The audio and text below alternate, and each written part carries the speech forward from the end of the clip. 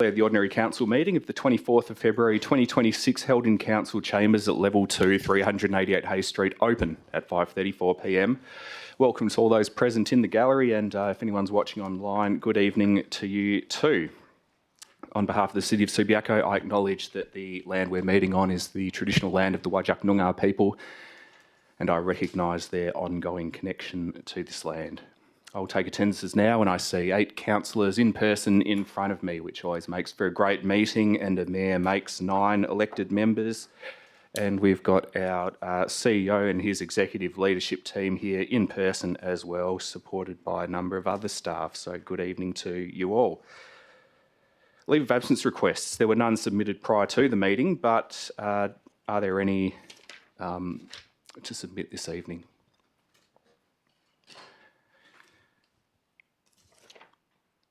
Okay, it doesn't look like it. We'll move on to disclosures of interest.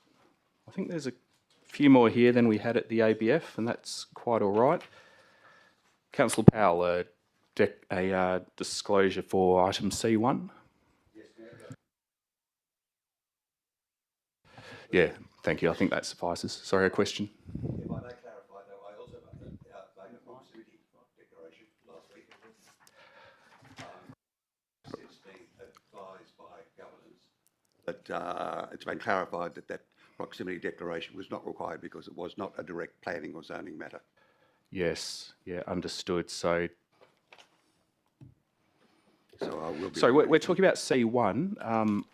Your declaration last week was in relation to, now I'm testing my memory, but was it not C4 or Yes, am I misremembering?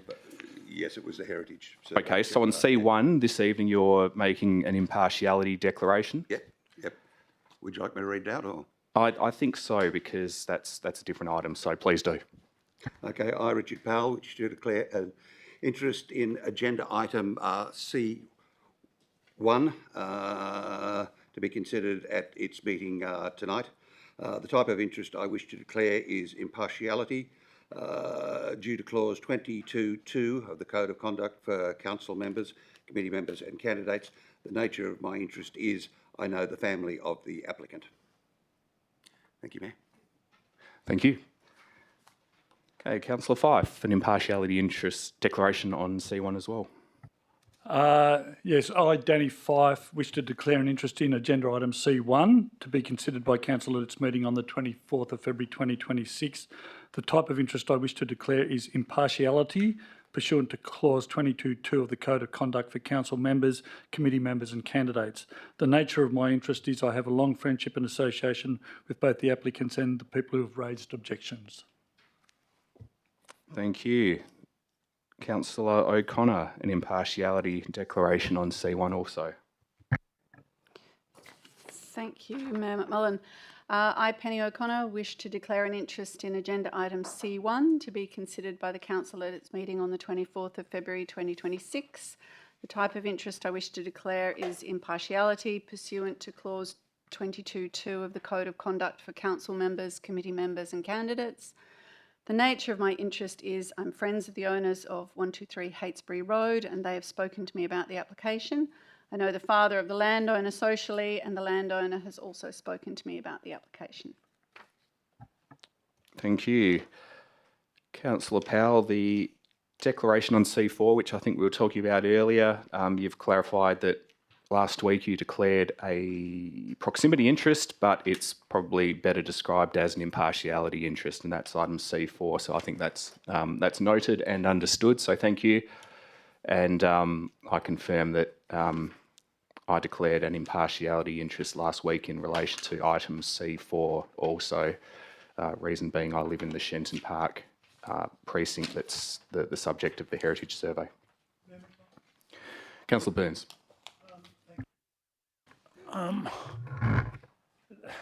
Forgive me, I don't know if I'm right or wrong here, but we have a friendship interest in C1 from the Deputy Mayor, and we have 2 other friendship, in quotes, interests being declared as well, and to be impartiality.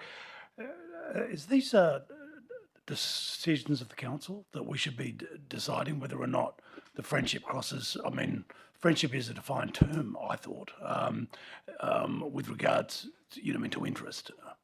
Just a little clarification. I'm not questioning the councillors or anything else they're declaring, but I just want to know if there's more to this than meets my eye. Not on an impartiality interest in the circumstances they're declaring them.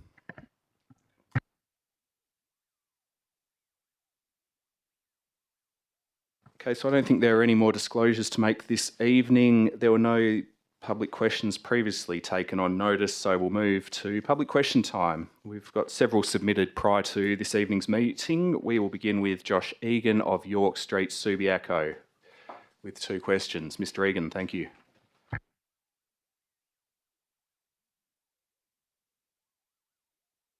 Community opinion. I think you've worked it out now, but yeah, you press the button to speak so that we can hear you here and at home as well. Thank you. Cool.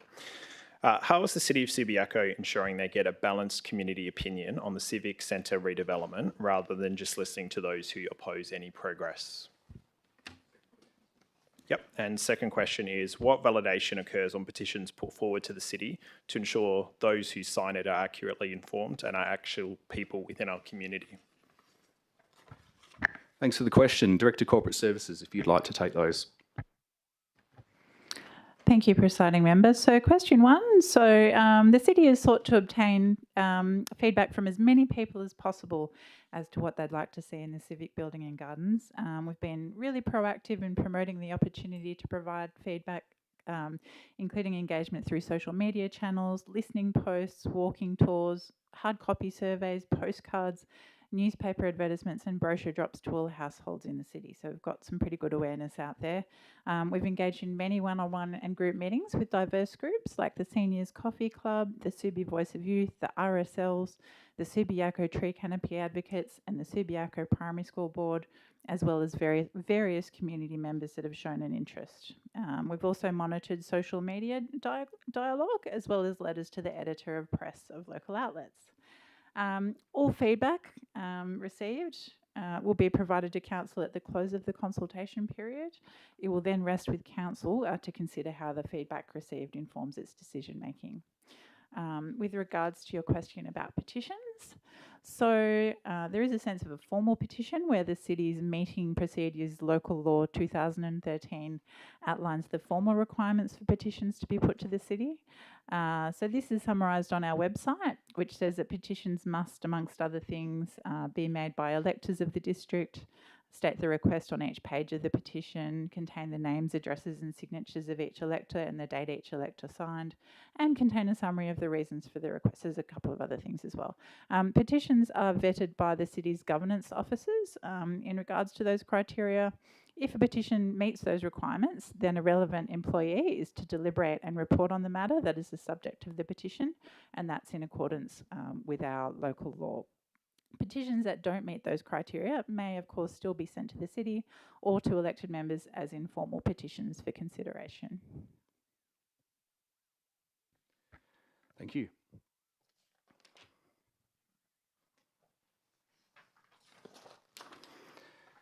Roger Stroud of Barker Road.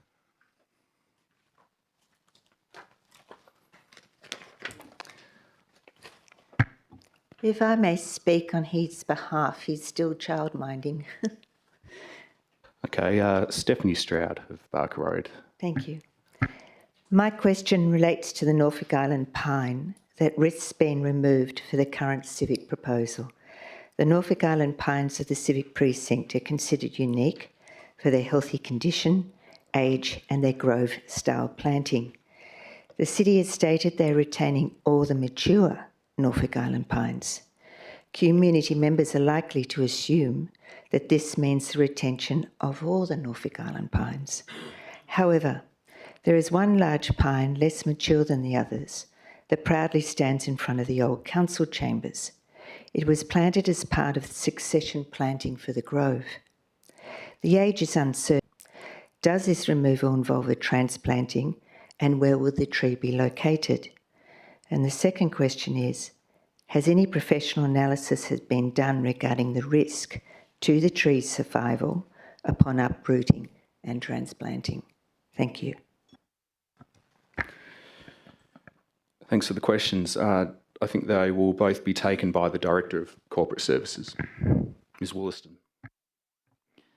Thank you, presiding members. So just to clarify, the design to which you refer was submitted as part of the tender process to select the design team for this project, and it's been released in order to solicit community input on the project. The city's aerial imagery indicates that this particular tree was planted in the early 2000s. The design released for feedback would require this tree to be relocated if council decided to proceed with it in the current form. It's noted that a key principle in the tender design brief was to preserve and promote the urban forest, green spaces and local biodiversity. The design team has considered ways to retain as many trees as possible while planting new trees, including diverse endemic species, to best support the tree canopy and flourishing for the decades ahead. All community feedback regarding the project will be provided to council in order to inform decision making regarding the design. At this stage, no decisions have been made regarding whether this tree will be relocated, and if so, where. Now, I forget if you asked question 2 yet. She did. Okay, thank you for your question. Your question was, just to remind everybody, was around, has any professional analysis been done regarding the risk to the tree's survival upon uprooting and transplanting? So a professional analysis of all of the trees on the site has been underway, examining their health, significance, species and amenity to support council's decision making regarding the design. If any trees may need to be relocated in support of the final design, then further analysis will be undertaken regarding transplant risks and whether they are able to be satisfactorily mitigated. Initial indications are that Norfolk pines of this size and age may be successfully transplanted if appropriate preparatory works are undertaken, but further investigation will be undertaken if it's required.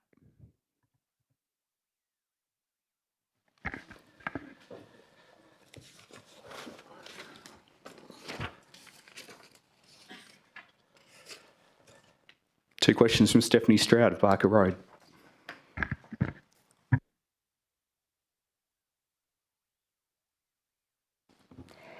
Thank you. My questions relate to the Mayor's answer to the annual elected meetings question by Angus Offer. This answer includes the Mayor's interpretation of the Council resolution of December 2022. Question 1. Does the Mayor agree that his interpretation of the December 2022 resolution as, quote, a commitment to demolish and rebuild is a simplification that does not include several legal and procedural conditions that prevent demolition from being an immediate or inevitable outcome?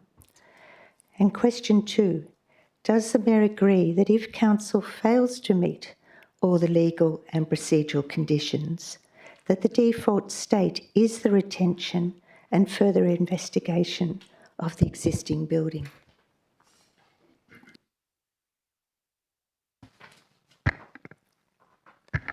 Thank you for both questions. I agree with you on the first question, but not on the second. The first question, as I understand it, asks whether part of the answer I gave in response to a single question at the annual electors meeting, which ran for about 2.5 hours, by the way, was a simplification of a council position on something.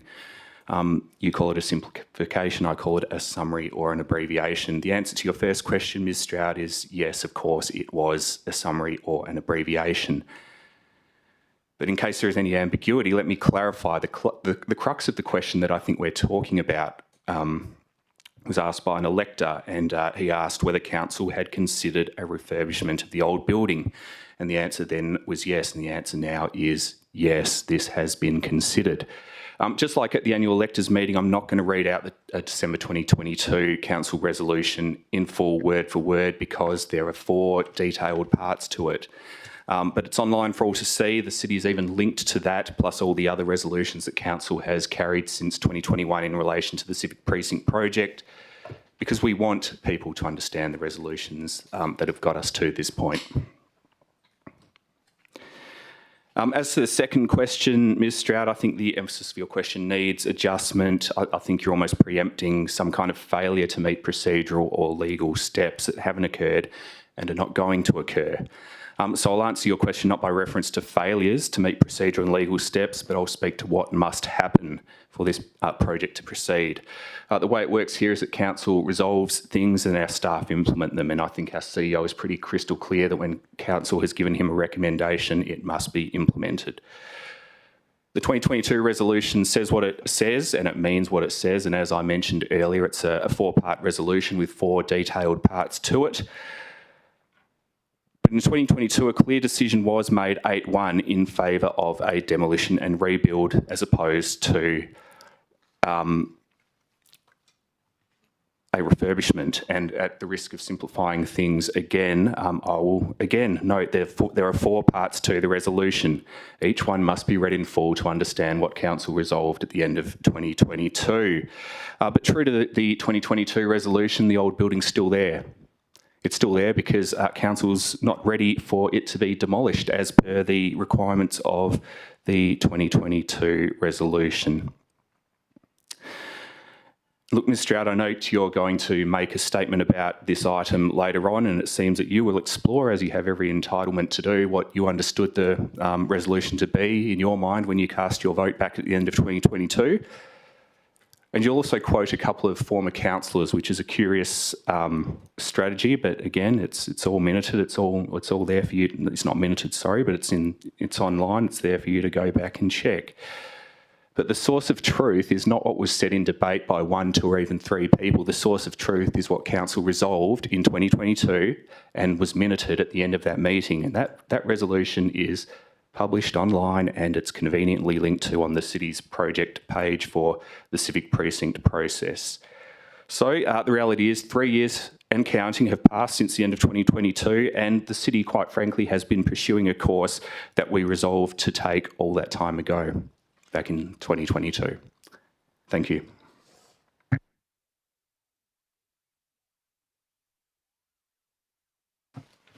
Josephine McPhee from Morgan Street, Shenton Park, a question in relation to C5. Councillors and staff, question for item number C5. I acknowledge that a lot of work has been done with regards to the report and details in C5, but I have unanswered questions on and how the information has been interpreted. I'm sure many of these questions will be clarified once council staff get back to my email request, which happened later this afternoon, so apologies that I'm doubling up there.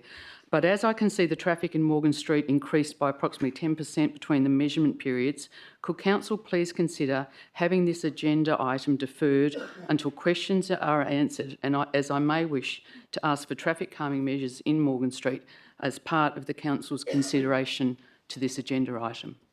Thank you. Director of Technical Services. Thank you for the question, Mr McPhee. So, as you mentioned, the city's Managed Engineering Services has earlier today provided responses to all your questions. I believe you may have sought one clarification on one of them, just to help you with one of those. So follow up with him with that. And as outlined in the officer report, none of the assessed roads, including Morgan Street, in our assessment warrant traffic calming in accordance with the city's traffic intervention protocol. And there's a lot more information contained within the report about that.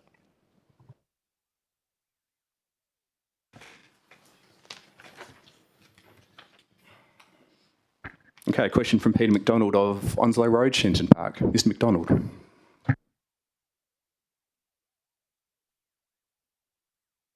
Good evening, councillors and mayor, staff.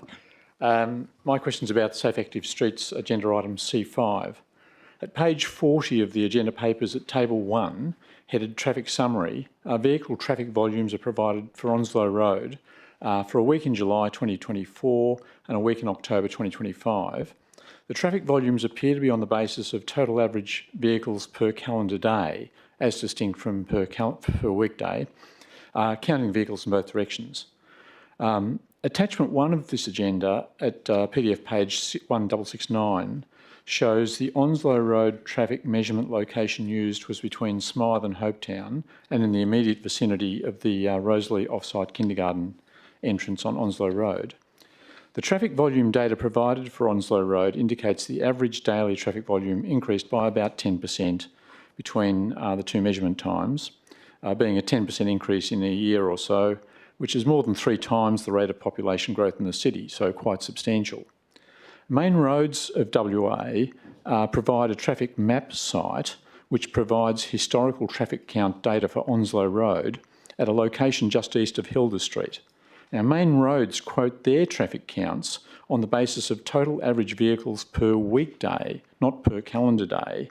And it's my belief that this means we can't make longitudinal comparisons between the City of Subi's published traffic data for Onslow Road and Main Road's public traffic data for Onslow Road. To assist the Onslow Road residents to understand what level of changes to traffic volumes along Onslow Road are occurring over time, on a timescale covering recent years, could the City please provide its available longitudinal data on an average per weekday basis, if this is possible, and if it's not possible, then on average per calendar day basis, and for the various locations on Onslow Road that have been monitored in the past going back to January 2019. And I notice that new tapes are down at present outside the kindergarten, so obviously Council's working on this. It is accepted that it might not be possible to provide this answer at tonight's OCM, given the question was just lodged last night. Thank you. Thank you, Director of Technical Services. Yes, thank you for your question, Mr. McDonald. So, yes, absolutely, staff are happy to prepare this information and will provide you this historical traffic data for Onslow Road when they can. It's probably also worth mentioning that the data that's presented on the Main Roads website, which is abbreviated to an annualised average daytime traffic, is actually a slightly manipulated figure. So the figures provided in the report is actually a true figure as far as numbers for a certain time, whereas what they've done is actually applied factors to try and account for seasonal variability. So it's not an apples for apples comparison is what I'm trying to say. But we'll provide more information to you in due course.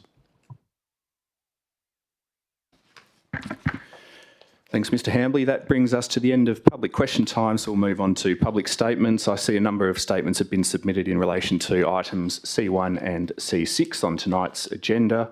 So we'll go through those top to bottom, beginning with a statement on C1 from Tom Bethlehem, Keighley Road, Shenton Park, to be read by Emily Bethlehem of Keighley Road, Shenton Park. Ms. Bethlehem.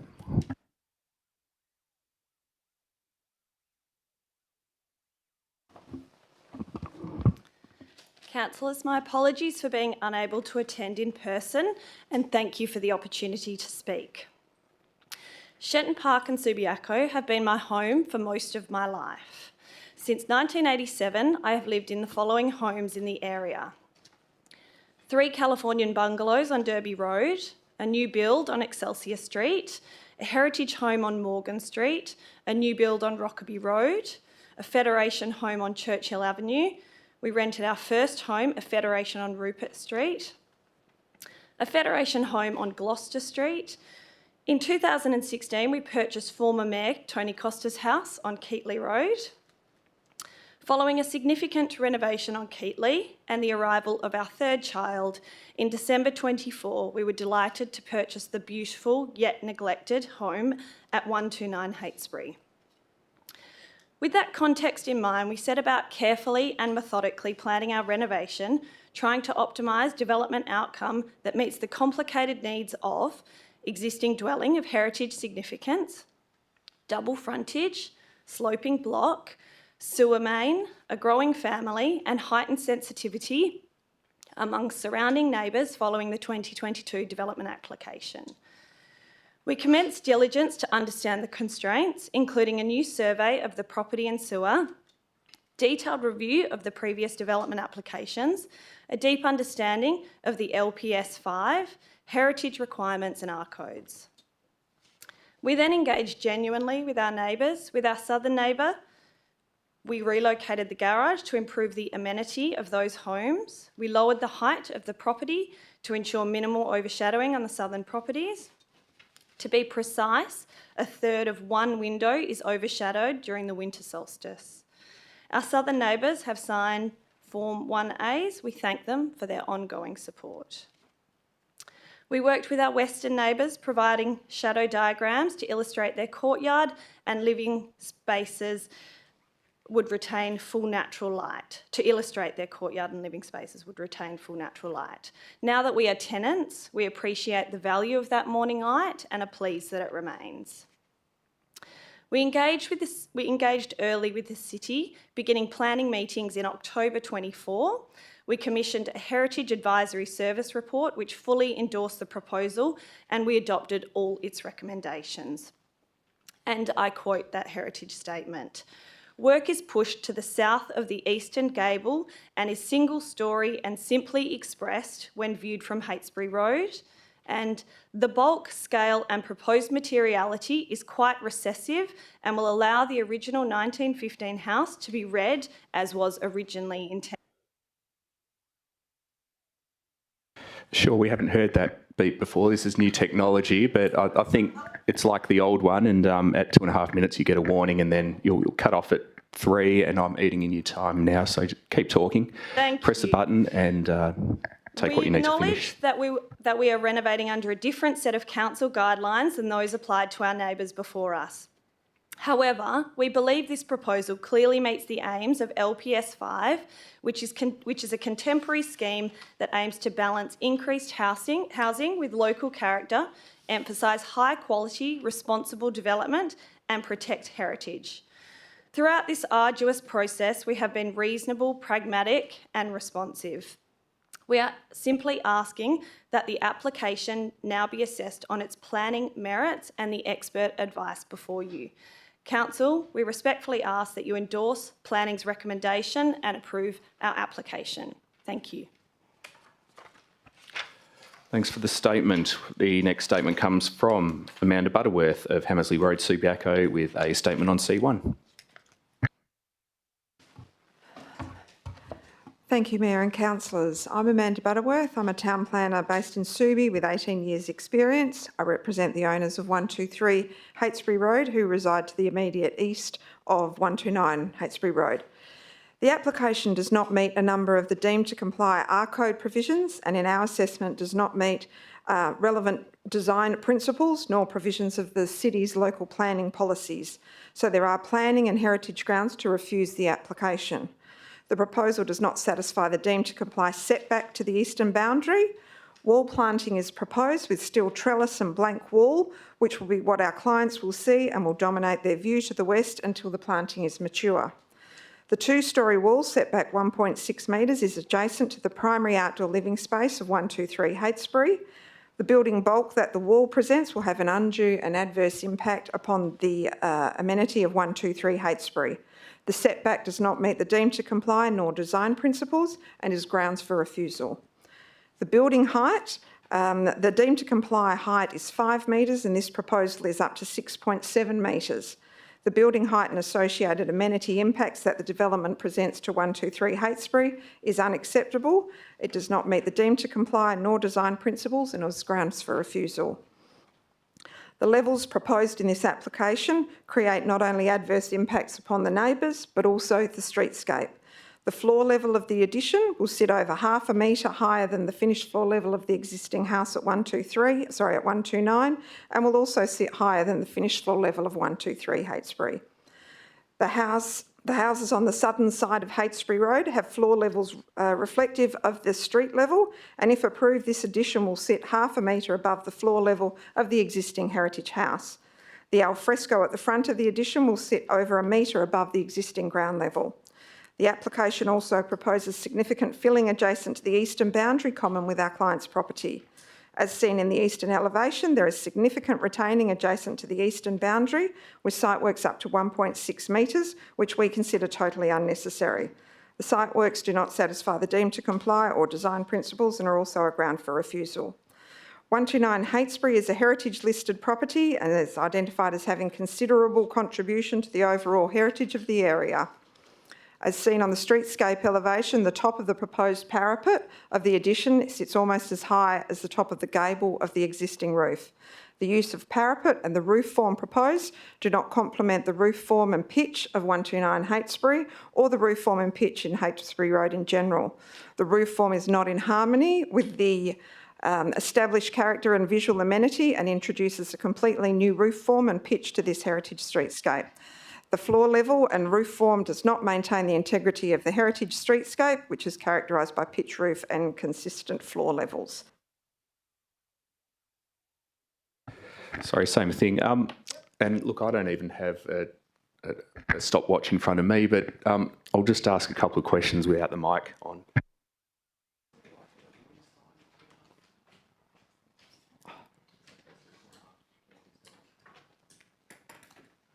Okay.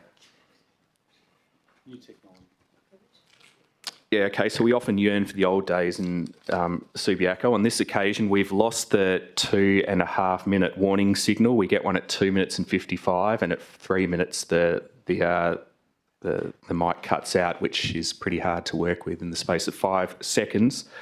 So yeah, press the mic, go again, and yeah, for everyone else, I can see some of your statements do go over a page and might take a little bit longer than we aim for, but we'll do the same. So it's one rule for everyone. Sorry, you should actually finish your statement though. Yeah, so press the button, reactivate the mic, and finish the statement, please. The floor levels and roof form does not maintain the integrity of the heritage streetscape, which is characterised by pitch roofs and consistent floor levels. Therefore, the proposal does not achieve the objectives of the city's relevant local planning policies 1.1, 3.4 and 3.8. Due to the adverse streetscape and amenity impacts on neighbours, we request that Council not support the officer recommendation and refuse the application. Thank you for allowing that extra time there. Thank you. Okay, a statement from Helen Reid of Heytesbury Road, Subiaco, a statement on C1. Ms Reid.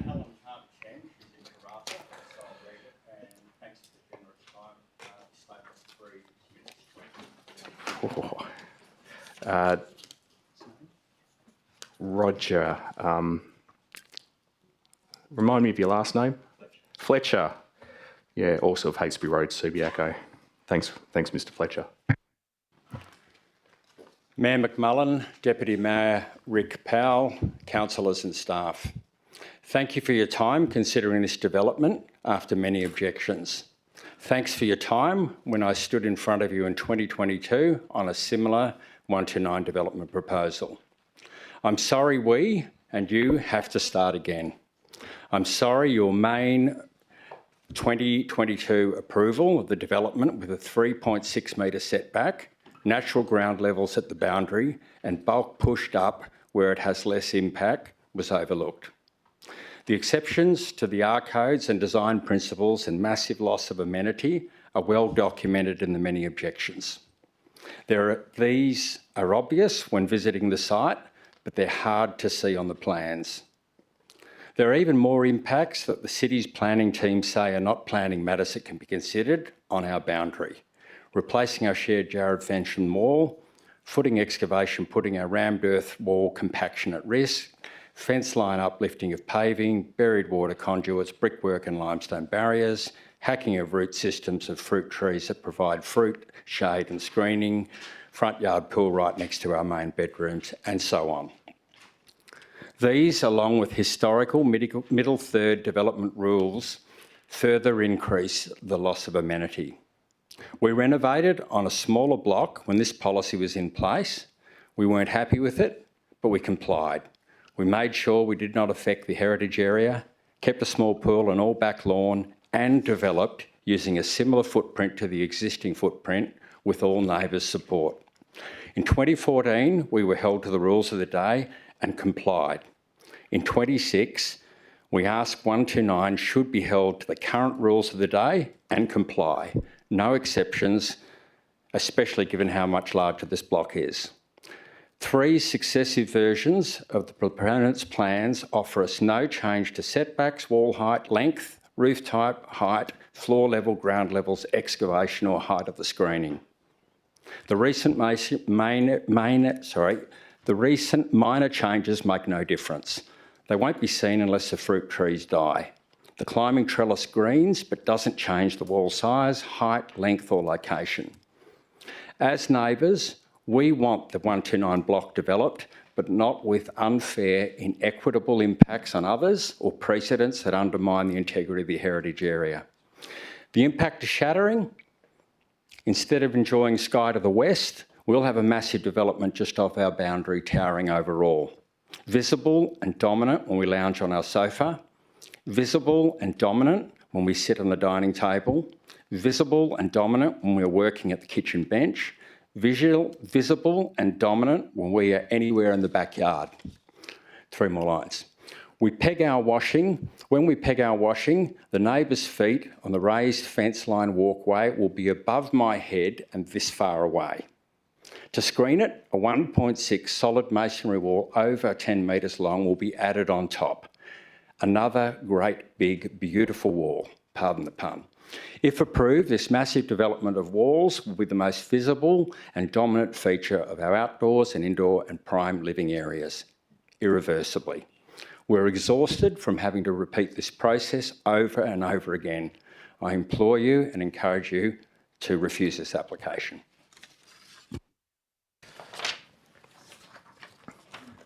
Thank you.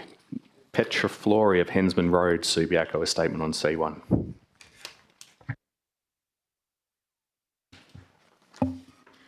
Thank you, Mayor McMullen, Deputy Mayor Powell and councillors. As you know, I'm the owner of Unit 112 Hensman Road and have lived there for 41 years. Always paid my rate, obeyed most of your bylaws and loved being part of your community. The proposed development at Heytesbury Road in its present form will have a really negative impact on the quality of my life. The 3 main rooms of my home, where I spend nearly all of my time, are the lounge room, study and bedroom. They will all be adversely affected as they are directly opposite the 2-storey proposal abutting a very narrow laneway.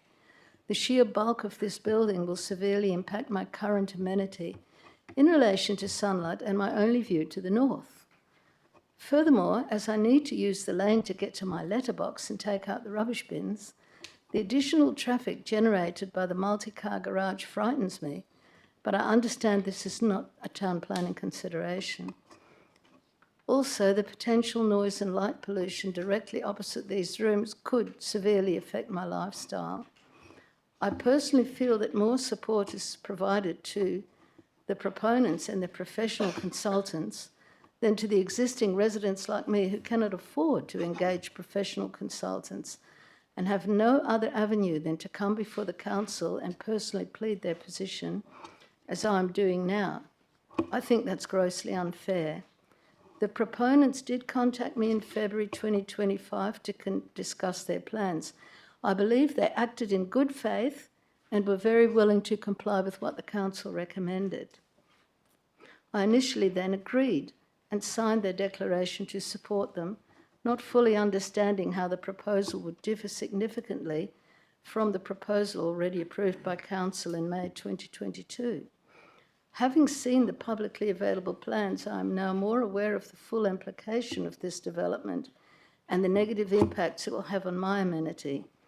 I did lodge an initial objection in September 2025, and when I saw no meaningful charges that address my concerns, I lodged a subsequent objection in early 2026. We are back to where we were in February 2022. I urge you all to do what I believe is the right thing and require that any proponent is to reconsider their proposed development and the adverse effect it will have on the amenity of their neighbours. Thank you all for allowing me the opportunity to speak.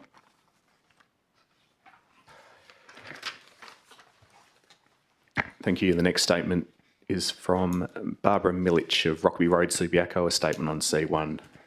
Thank you.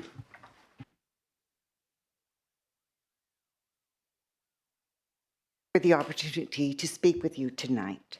I'll try to be brief and I'll anchor my remarks in 2 principles which I think have been important to the Council in the past and I hope are now.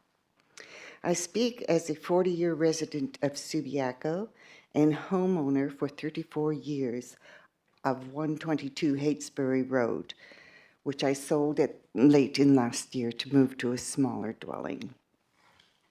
My former property lies directly across the street from the proposed development at 129 Heytesbury and is also on a double block.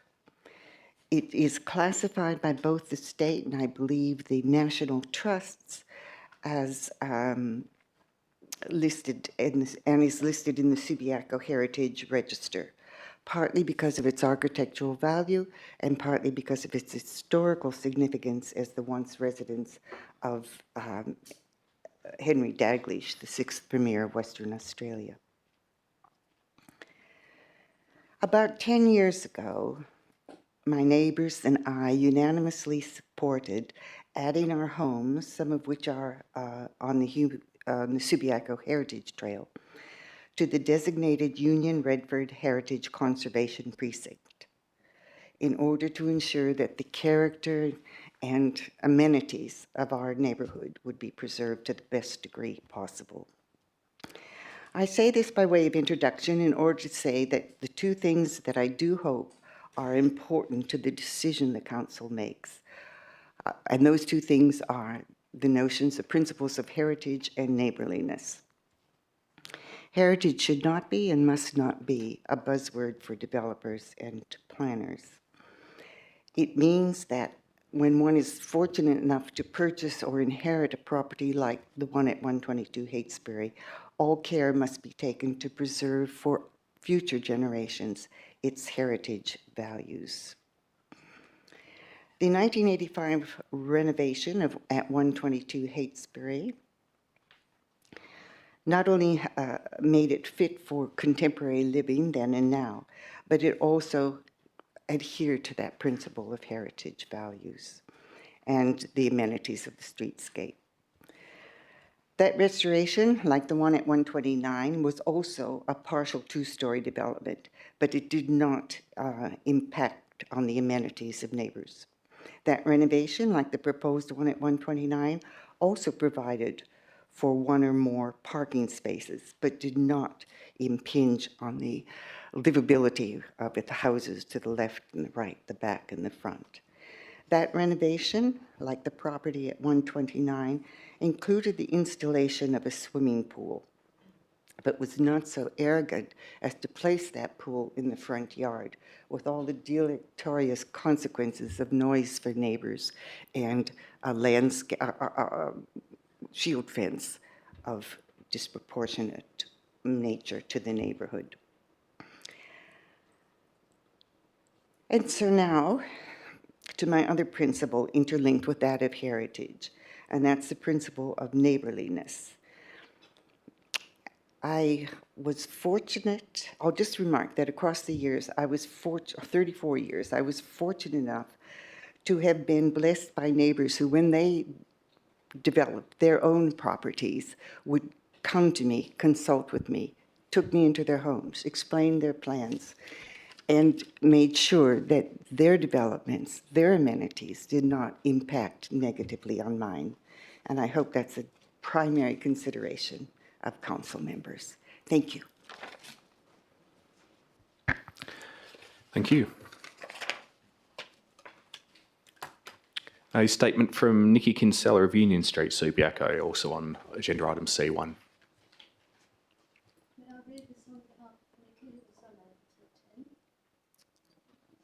Has it been pre-arranged with Ms. Kinsella?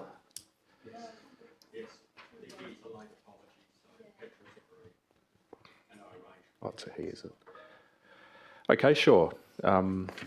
We will have the statement read out by Barbara Milich of Rockaby Road.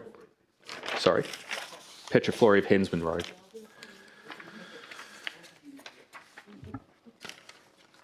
Here we go again. This is on behalf of Nikki Kinsella. She has written, "My home is 17 Union Street in the middle of the Redfern area, Union Heritage area, and I've owned and lived in it for the past 13 years along with my 4 children. Every day from my main living area, which is also the dining and kitchen room, we see a 5.6 metre high solid wall on the boundary line of the neighbour's property, above my fence to my west. Our blocks are both level, but it still towers over our yard and is separated only by the narrow 3 metre wide lane. The wall is from a new development of recent years, number 2 Redfern Street. We are reminded of it daily. It is impossible to ignore a continuous wall right across the back of 3 Union Street homes on the edge of the lane, on the biggest property on the street. I encourage the councillors to go and have a look. It is an eyesore in my face every day and impossible to ignore by everyone else walking by or living on Redfern Street. It does not respect the heritage values and is insensitive to what is already there. I regularly hear comments from others. How was that approved and who approved it? People also ask me, did you object? Well, despite being a busy single mum with a young family and a full-time job and not having time to understand all the details of the planning rules, I did lodge an objection. I couldn't hire planning consultants to argue my case or to explain the rules. That's the job of the city's planners. It was approved, irreversible, forever in place. Effectively, bad luck, learn to live with that, and no recourse or compensation for devaluing my home. No benefit for anyone from not following the rules, only the developer at the expense of others. As ratepayers, we follow the rules. We expect the rules to be followed in full by the council and developers also. No exceptions, especially in the heritage area. The developer of 2 Redfern had all the space in the world to do something in keeping with the streetscape, or less impactful, but got away with doing nothing. I don't know how. Yes, I was furious. A bad decision with long-term impacts that can't be reversed, impacting on me and heritage. I now see another example coming for council approval after my and others' objections. I can't see any real changes have been made to what I objected to last October, so I continue to object to this plan. I hope the Subiaco Planning Department more carefully considers and scrutinises this sort of development in our sensitive and unique heritage area with much more rigour than shown to date. I hope the councillors don't permit another example to slip through the approval process and make sure the streetscape and heritage area are preserved to a high standard, respected, valued, in keeping with all, not just some of the city's heritage and planning rules and requirements. Thank you for your time and attention to this matter.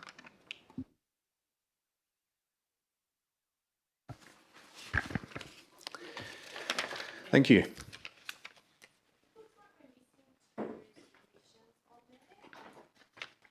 Well, governance can look into that as we move through the rest of the statements, but I'm not aware of any. Were they submitted?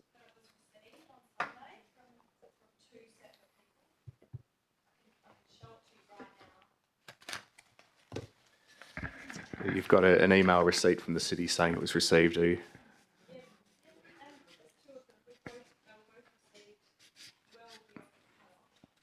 All right.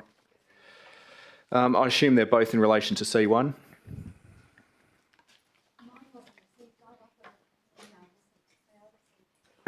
I think we're having technical difficulties. Is there anyone else who thought they were making statements and submitted them and had receipts and aren't on the list? Yeah, thanks. Can we get copies of those from governors at a short notice or not? No. Yeah, thanks. Can they go to the yesterday's not in relation to this item, it's in relation to the next one. Okay. Ms Hawkes. I'm not on the list. Gosh. I received my receipt, which I have with me actually, if you'd like to see it.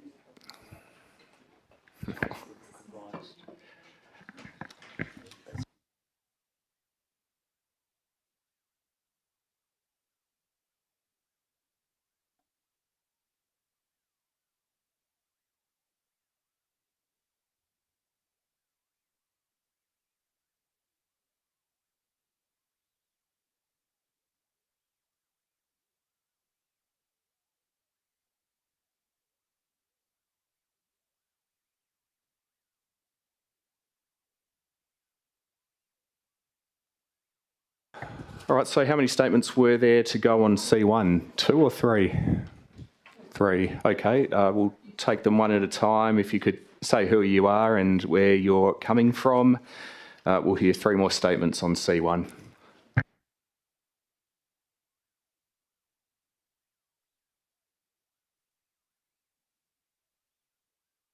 So the person to my right and your left was probably making a statement on something else. Okay, 2 more statements on C1. Ms Bethlehem, we'll hear yours on C1. So there's 3 on C1, is there? Okay, I'm assuming they were all submitted within time, and for one reason or another, they haven't made it onto my list this evening. Okay, 3 more statements on C1. Ms. Bethlehem. Thank you for allowing me to speak. My name is Emily. My husband and I are the owners of 129 Heytesbury Road. We love this home. We chose it very deliberately. It's a remarkable 1915 dwelling set within a beautiful historic garden on a site that is both constrained and incredibly special. Our intention has always been simple: to care for it properly, invest in it thoughtfully, and make it our long-term family home. This property has been through multiple long, expensive, and emotionally draining design processes over many years. Previous owners invested significant time and money more than once trying to find a way forward, only to eventually step away. There has been stagnation around this site, not because it lacks potential, and not only because it is complex, but also because proposals here have consistently been subject to a level of scrutiny rarely experienced by comparable properties. We are now 2 years into owning this property, and during that time we have committed ourselves to doing this properly. We met with the city before lodging. We engaged Christo, one of Perth's leading architects, along with heritage consultants, arborists and engineers. We listened carefully to feedback and refined the design. This has required significant commitment financially and emotionally. Beyond consultants and reports, we invested in genuine community consultation. We sat with our eastern neighbours over a cheese board and a drink to walk through the plans. We shared tea and cake with our southern neighbours and discussed their concerns. We spoke with our western neighbours, who are currently our landlords while we rent next door during this process. Importantly, our southern neighbours, or most of our southern neighbours, who are arguably the most directly impacted, have formally signed a non-objection form in support of this proposal. We are deeply grateful for their considered support. Whilst we may be a young family, we will not be worn down. Our commitment to this development is unwavering. In closing, we respectfully ask Council to determine this application on its planning merits, the expert heritage advice, and the support expressed by objective members of our community, and approve it accordingly. We thank you for your time. Thank you. Another statement on C1. Sure. Thank you.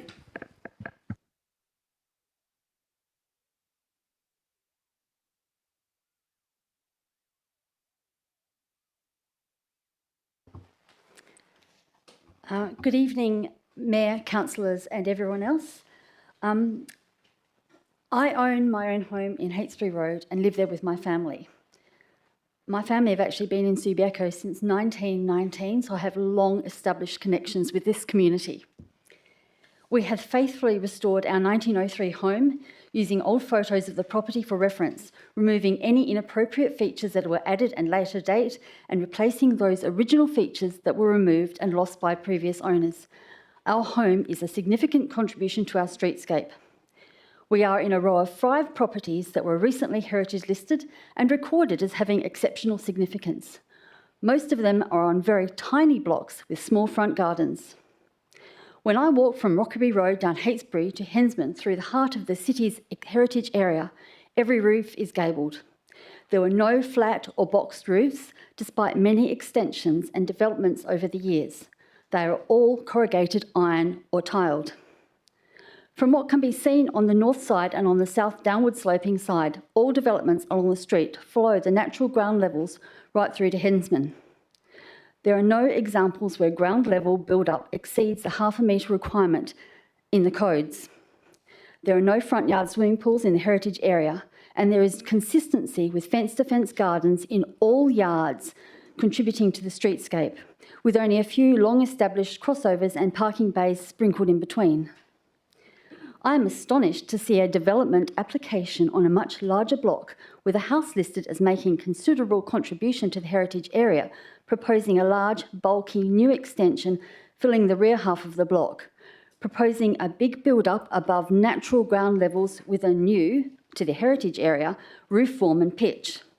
It looks like a box with a flat roof, screening parapet top, well above long established gabled roof gutter lines of adjacent homes. It is completely different. The build-up creates an elevated paved alfresco area that sits much higher than the existing garden and overlooks a front yard pool and neighbours, and a further wall screens the pool. I lodged an objection because it changes and detracts from the character of our sensitive heritage area. At the back, it will be much higher than other developments at the rear lane. Have I done something? Oh, no. Because of the downward slope, it will feel even higher. All of us living on the south side of Heytesbury understand this and are sensitive to it in our own future development plans.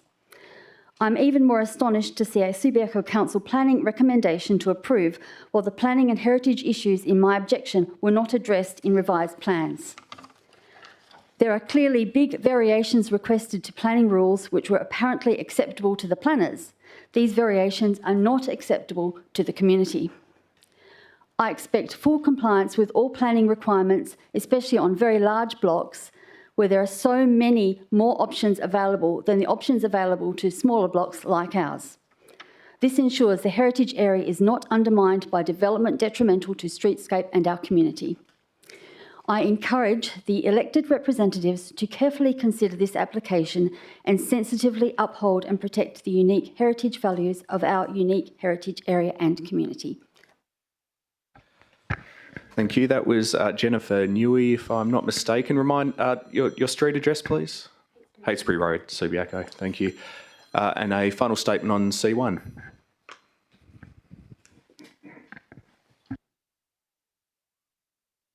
Name and street, if you wouldn't mind. Thank you.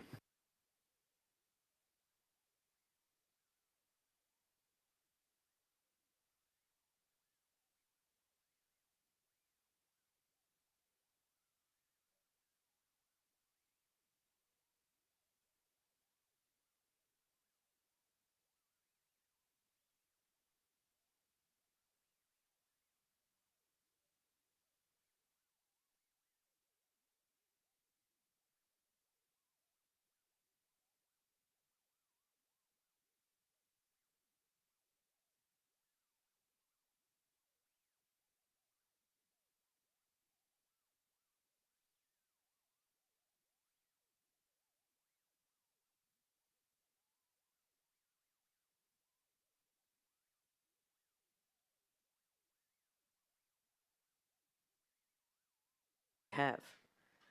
During the time we lived beside them, I found Tom and Emily to be considerate, respectful and community-minded.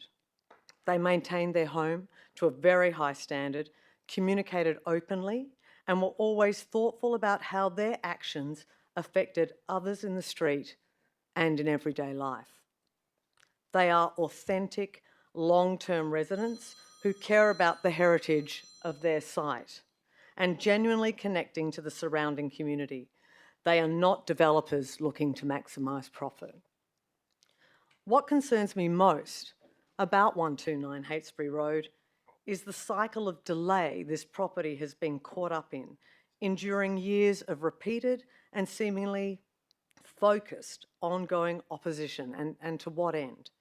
As a result, a significant heritage property has been left undeveloped and unresolved for far too long.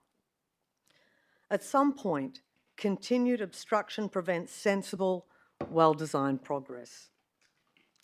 The proposal for 129 Heytesbury Road has been through an intensive design process. It has been assessed by planning officers, supported by heritage advice, and refined in response to feedback. It retains the original home as the hero in this story and introduces a carefully considered addition appropriate for a constrained site. From a neighbourhood perspective, this application represents reinvestment, restoration and certainty. It provides a clear, supported path forward for an important property on Heytesbury Road. I find it unconscionable that progress continues to be stalled over comparatively minor matters particularly given the resulting impact on surrounding properties and the broader community. As someone who has lived beside Emily and Tom for 8 years and who remains connected to Heytesbury Road, I strongly believe this proposal offers a positive outcome for both the site, the street, and the broader community. I respectfully ask the Council to support their planner's recommendation and allow this long-running matter to finally be resolved. Thank you very much. Thank you. Okay, I think we can move on to statements regarding C6, the annual electors meeting of 2025, beginning with a statement from Josh Egan of York Street, Subiaco. Mr. Egan, thank you. Good evening, Mayor, councillors and staff. This is my first time actually ever coming to a council meeting, first time ever making a statement.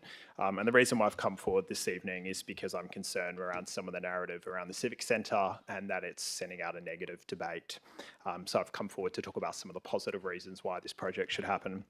The proposed Civic Centre redevelopment represents a pivotal opportunity to create a vibrant, inclusive and future-ready civics heart that reflects our community's values and aspirations. As someone who walks through this space several times each week, it is clear that the precinct in its current form is underutilised and tired. The buildings and surrounding areas do not function as a welcoming public environment that encourage people to gather, connect or spend time there. This redevelopment, including the addition of a new civic building designed as a welcoming community space, presents a meaningful opportunity to transform the precinct into a place that supports connection, participation and community life. While a small number of vocal individuals have expressed opposition, decisions of this scale must be guided by long-term community benefit, evidence and strategic thinking. Quality public spaces are not optional amenities. They are essential infrastructure for healthy, equitable and sustainable cities. The UN Habitat Healthier Cities and Community Through Public Spaces report reinforces this. It highlights that well-designed green and open public spaces promote physical activity, support mental well-being, foster social interaction, and strengthen community engagement. They also improve livability and environmental quality and contribute to better health outcomes and overall quality of life. The guidance further emphasises that inclusive public spaces reduce social and spatial inequity by ensuring all residents, regardless of age, background or ability, have access to safe and welcoming places to gather and participate in community life. Strategic public space design supported by evidence and long-term planning is directly linked to healthier, more resilient communities. Investments in public spaces also deliver economic value. Healthier communities reduce long-term healthcare pressures, while vibrant civic environments attract people into precincts and contribute to local economic resilience. Public space renewal within the City of Subiaco should therefore be both a social and economic strategic imperative. Our city has already demonstrated the value of thoughtful long-term revitalisation. The renewal of areas such as Rockaby Road, Subiaco Oval Precinct have brought renewed life, activity and identity to our urban environment. The Civic Centre precinct represents the same opportunity to create a connected, multifunctional civic space that supports community wellbeing and strengthens social cohesion. Proceeding with this development is simply not about upgrading buildings or landscapes. It's about shaping a healthier, more connected and more resilient community aligned with global best practice in city planning and ensuring future generations inherit a civic space they can genuinely use, enjoy and feel proud of. I'd encourage you to support it. Thank you. Thank you. Another statement on C6 submitted by Tony Costa of Forest Street, Subiaco. Mr. Costa.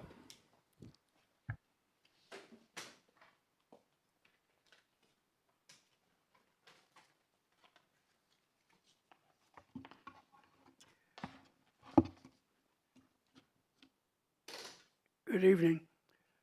My statement is based on further fear of the desecration of Subiaco and also the willful wasting of ratepayers' money. The statement refers to it was a statement I earlier made a month ago at the annual electors meeting, and there are 11 valuable points I reiterate. 1, waste of money. We already have outdoor events, spaces at Subiaco Theatre Gardens, 290 metres away, and at Market Square, 1,100 metres away. Point 2, Wrong location. This is immediately behind the Fallen Soldiers Memorial and is a totally disrespectful use of the gardens. Point 3, desecration of a peaceful park and garden, maintaining cool, leaf-tranquil places in built-up urban areas is vital for well-being. Point 4, total disregard of history. Rankin Garden has been a municipal garden since 1902. The city's plans ride roughshod over Subiaco's heritage. Point 5, impact on local amenity. Cramming upwards of 400 people into a relatively small space will create numerous problems for local residents, including parking issues and rubbish. Point 6, noise pollution. The plans show a brightly lit stage for outdoor events with amplified music. No more peace and quiet on summer evenings. Point 7, safety and security concerns. Large crowds pose greater risks than ever before. How will the city control unruly crowds and stop them from spilling out onto local streets? Point 8, preventing normal use of the gardens by locals and visitors. Event organisers will want exclusive use before and during and after events. The garden may be fenced off entirely for ticket events. Point 9, dog walkers won't be welcome according to the city's FAQs on the project. Point 10, no more a place of quiet reflection. The gardens have been an unofficial memorial garden for decades. Families face the prospect of their loved ones being dug up. And finally, point 11, no public consultation about the change of use.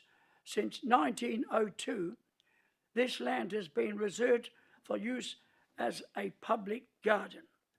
On the 16th of April 2024, without consulting electors, the city obtained a change of use to civic and community purposes.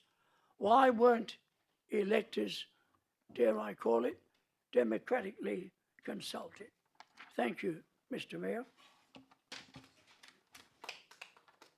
Thank you. Jackie Greenshields of Salisbury Street, Subiaco, a statement on C6. Ms. Greenshields.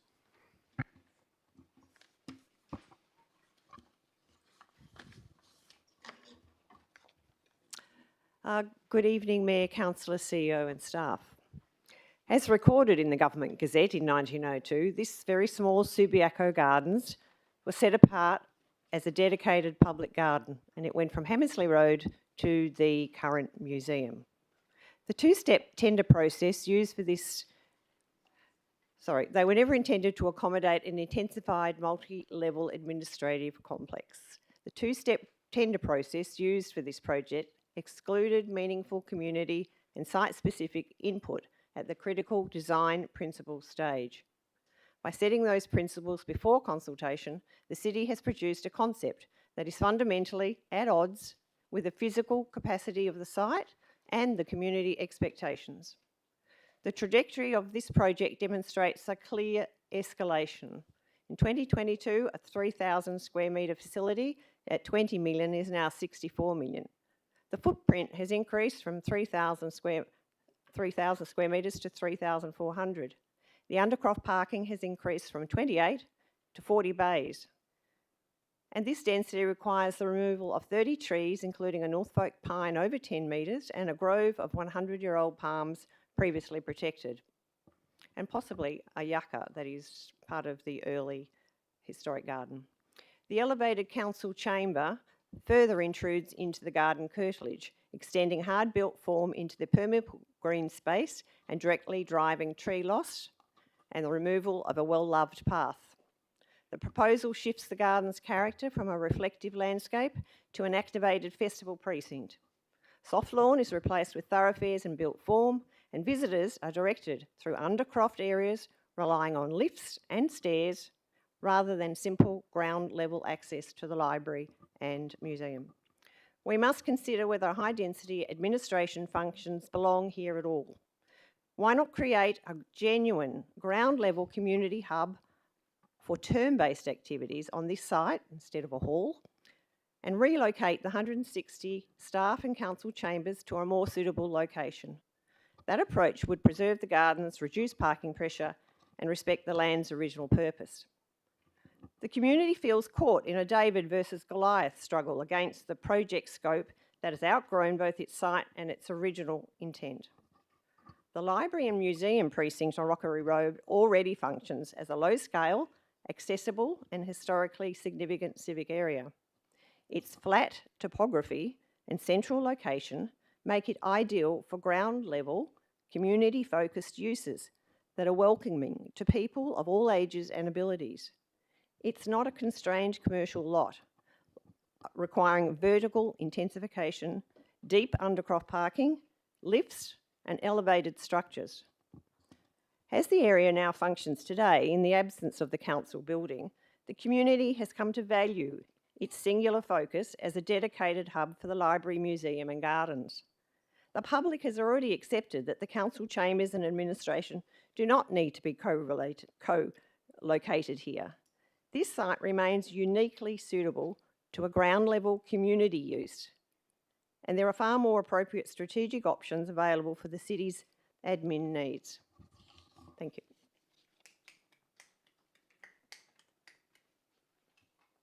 Thank you. Stephanie Stroud from Barker Road, Subiaco, a statement on C6. Ms Stroud.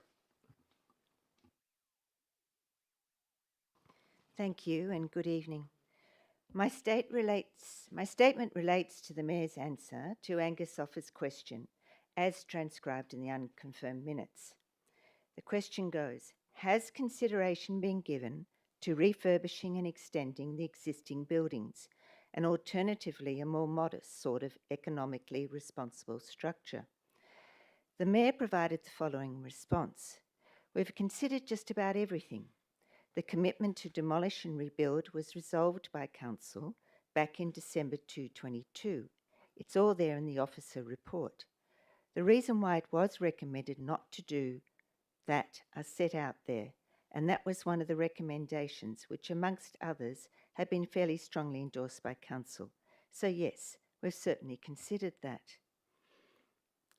Now, Mayor, I appreciate that considering intent from a debate might be considered unusual, but I assure you that intent is considered by the Department of Local Government in assessing breaches. So I will go on. There is some complexity in the December 22 resolution, and therefore it was worth going and listening to the debaters. The first mover, the mover of Councillor Jennings, Councillor Jennings, who moved an amendment which was unanimously supported, stated, the most important thing to be absolutely clear is that we are not actually proceeding to demolish and rebuild at this point. The staff's option 3 was getting ahead of itself. So I just wanted to make it clear we would be doing all the preliminary things before we started enacting anything substantive. And Councillor Hammersley, the second mover, quote, one thing to say about tonight is that we are not actually deciding to demolish this building or even to rebuild a new building. What we would be deciding to do is to start down a path where all things, all planets to line up and where the dollars to be available. That's what we'd be working towards. And she goes on to say that by supporting this option, it does not automatically preclude some more investigation about the prospects of using the existing building and improving it. Now, I was first mover of this debate and hence the resolution. My understanding has always been that the resolution was an agreement to incrementally progress forward. However, if the business plan, the project design and the cost could not be agreed upon, the door was still open to investigate a refurbishment of the existing building. I am therefore concerned that the reference to the commitment to, quote, the commitment to demolish and rebuild was resolved by Council back in December 2022, as stated by the Mayor in his answer to Angus Offa's question, is not a true representation of the resolution. And contrary to the impression given to Angus that a refurbishment, while perhaps unlikely, is not inconceivable. Thank you.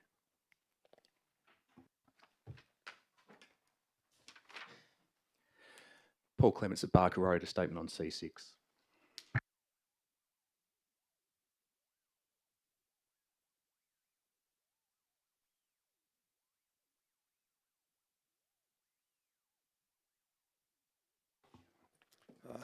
Thank you, Mayor and councillors. I wish to submit a petition to the meeting. It's headed Halt the Subiaco Council's Massive Building Proposal. It's done in the change.org format, 350 signatures, but I would also mention that that's growing, so tonight it was 357.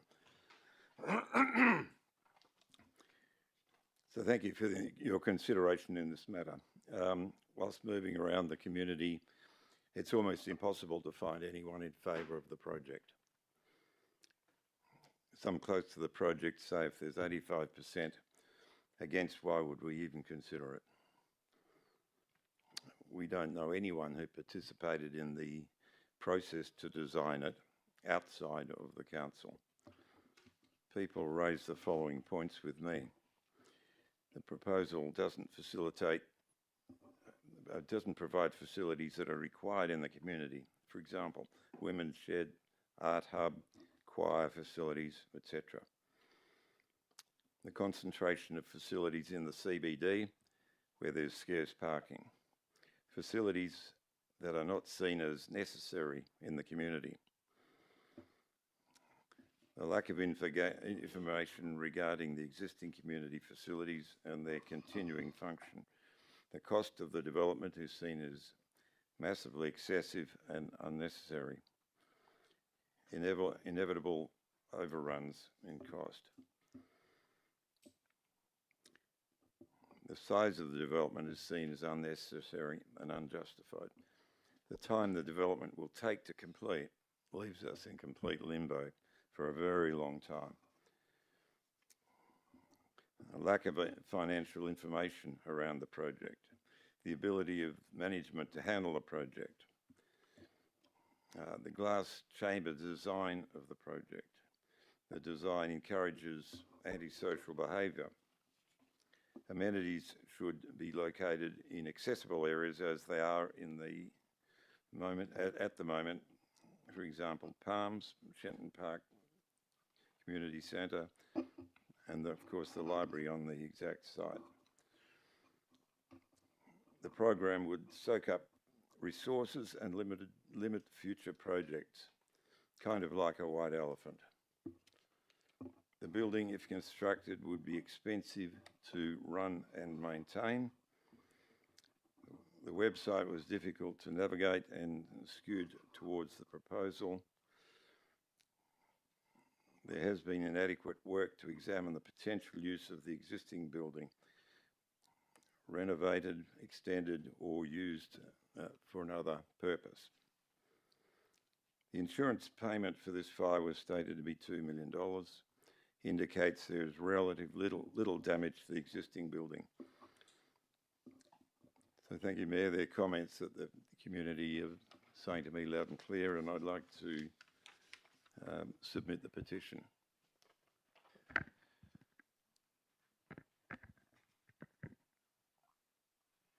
Thanks, Mr. Clements. Okay, I'll pass this on to governance to have a look over and handle as would be appropriate.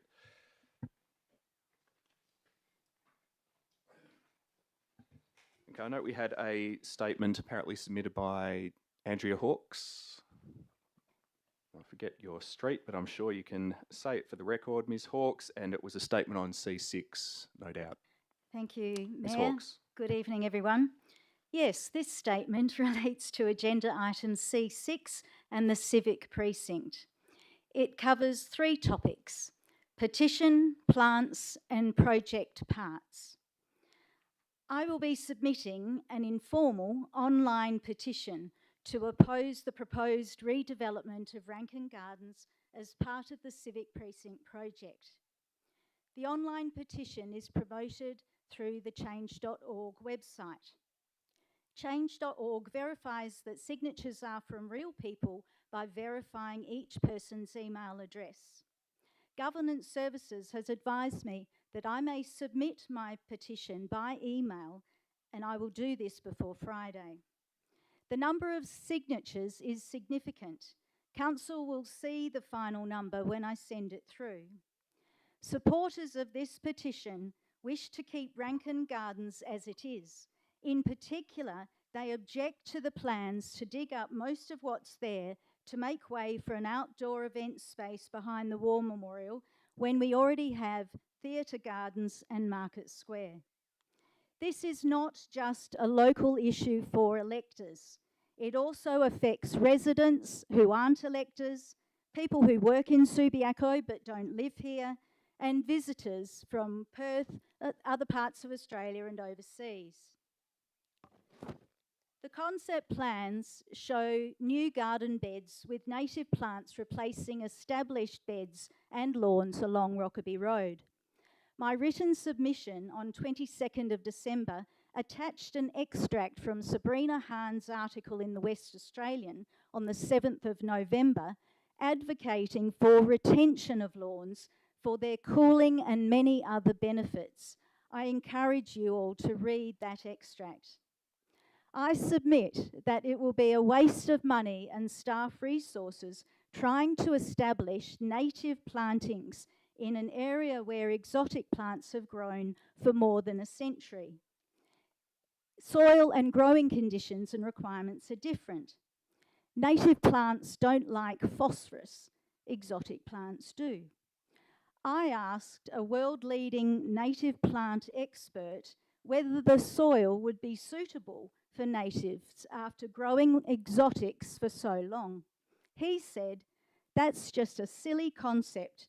They should devote effort into some of their little used green parks where light and soil are better suited." I used to work up at Kings Park, so I have nothing against native plants in the right place. Also, it's unsafe to assume there will be significant water savings if the established exotic plants in Rankin Gardens are replaced with natives. Natives need to be watered, especially in the early years. To create attractive display beds, they also need ongoing regular maintenance, pruning, fertilising, weeding, replacement, and they will not provide the same cooling effect as the current plantings in Rankin Gardens. Finally, this project is made up of 2 distinct parts, the building and the gardens. When the time comes, I submit there should be a separate vote on each of these distinct parts. In summary, I urge Council to reject the concept plans for Rankin Gardens. People love Rankin Gardens for its serene beauty and cooling effect. The proposed new landscaping and festival lawn will destroy this. The city's motto is prosper in peace. Please honour this and keep this peaceful, leafy, beautiful space intact for the benefit of all. Thank you.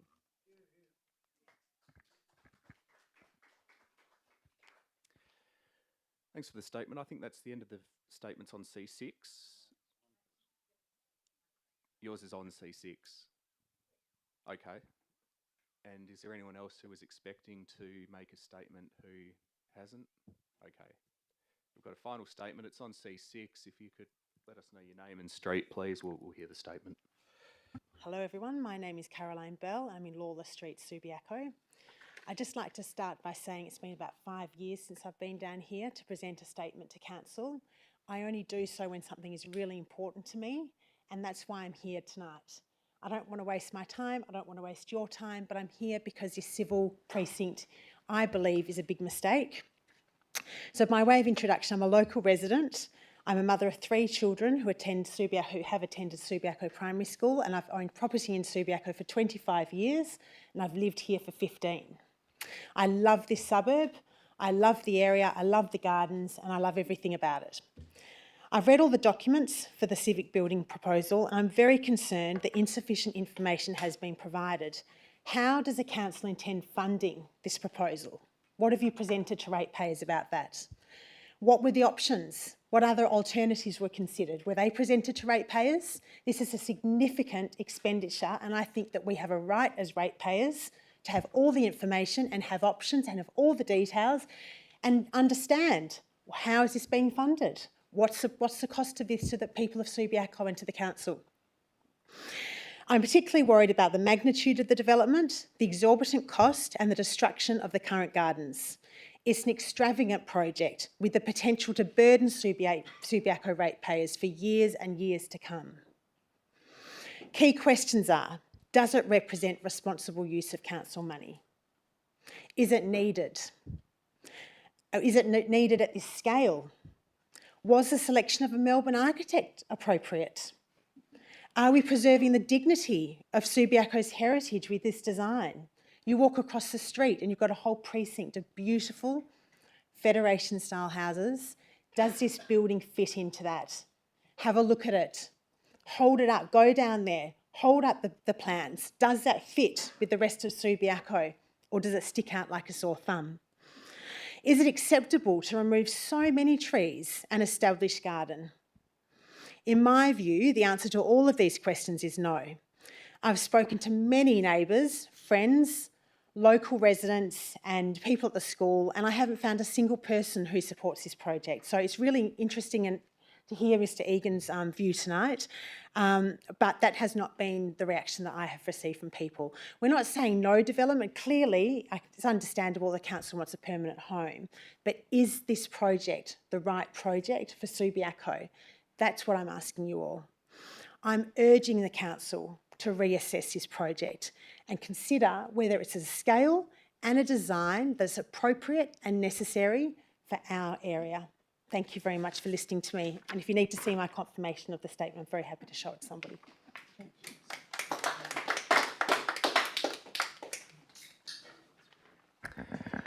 Thank you. I think that brings us to the end of public statements. There were no, well, there were no formal petitions submitted this evening. There was one handed to me earlier, which we'll process appropriately.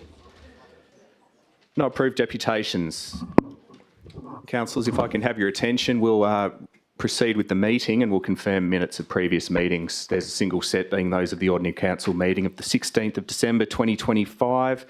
Do I have a mover and a second to accept those as a true and correct record? Councillors De Vries and Jones, thank you. I will put that to the vote.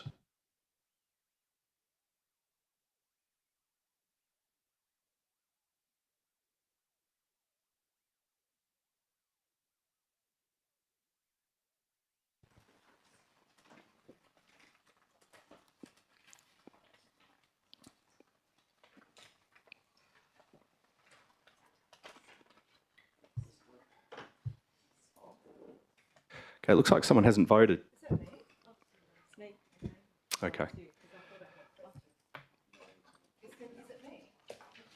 So, councillors, when you register a vote, the button will stay coloured and the other one will go grey.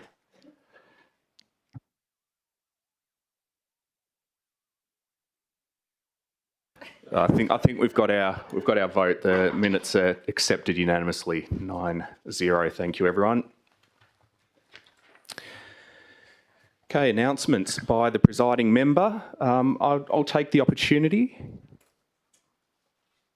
and at the risk of repeating myself, I'll run through some matters which I announced last week at the ABF, because clearly there's people in the community and people watching tonight here and probably online as well who are interested in the Civic Precinct project. What I outlined last week was a proposed course of action for the project as the close of consultation draws near. Obviously this evening consultation hasn't quite closed, It'll close soon, but it hasn't closed yet. But by next month's OCM, the consultation will have closed. And like I said last week, whilst the agenda is not set until it's finalised by the CEO, the proposal at the moment is for a resolution that would ask the CEO to do a number of things. Firstly, the CEO would prepare a detailed response to the community feedback. And we know already that the feedback will be collated and analysed by an external independent agency. And there'll be a lot to respond to, so we look forward to the detailed response. Secondly, the CEO or the city would instruct Lions to prepare different building options responding to the community feedback. In other words, council will not be asked to approve the advertised concept design in March, as I had to clarify for a member of the public this week. Thirdly, the CEO would prepare an updated project timeline with milestones to be included with each report to council. This will give everyone clarity around process and next steps, whether on council or an observer. And fourthly, the CEO would source further independent cost estimates, along with independent financial and economic appraisal, and this would then be kept up to date throughout the rest of the project timeline. So clearly we're a long way off any turning of the sod. I hope, however, that this proposed way forward demonstrates what the city has been saying for the last 3.5 months, which is we've put a concept design out for community feedback, and we are seeking that feedback. No decision to build anything has been made, and no decision to build anything will be made in the next couple of months. As I said last week, this is all about alignment of expectations and clarity of process, and there's plenty of scope for councillors to submit amendments and alternatives in the usual way, but there is a framework there for March. And it's based on what elected members have indicated would be needed to progress the project, and the CEO, in good faith and with complete enthusiasm, has committed to reporting accordingly over the coming months to equip council with what we need to make the right decision for the community. So I hope that clarifies where we're at and what happens over the next couple of months, but we will not be proposing to, we will not be approving any builds next month. Thank you. Okay, so councillors, let's get into the decision-making part of the meeting. For the benefit of those watching, there's a number of recommendations contained in the report, written by staff, which are not the subject of any special voting requirements or amendments or alternatives submitted by councillors. Therefore, they're capable of being carried en bloc without debate in the manner recommended by staff. I should add that if there were disclosures of interest made earlier this evening as well, those items would have to be pulled from the en bloc vote. So the possible en bloc vote I've got in front of me at the moment would consist of items C5, C6, C7, C8, C9 and C10. Councillors, did anyone want to remove any of those items from the en bloc vote?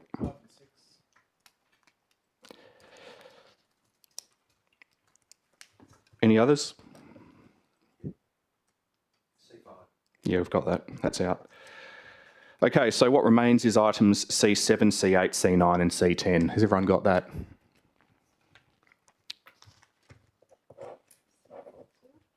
C4 is pulled because there was a declaration made in relation to C4. So just to confirm, the en bloc item consists of C7, C8, C9 and C10. Councillors, do I have a mover and a seconder for the en bloc item? Councillor Jones moving, thank you. Councillor O'Connor seconding. I'll put that to the vote now.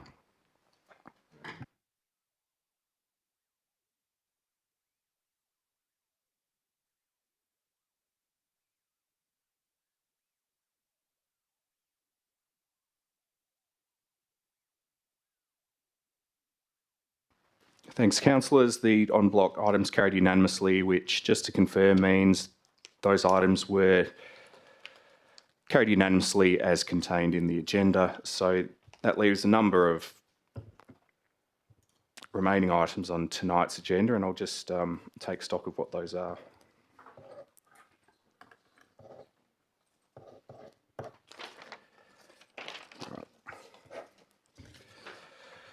Okay, councillors, we'll begin with Item C1, 129 Heytesbury Road, Subiaco, additions and alterations. We had several disclosures, all of which, from memory, were impartiality disclosures.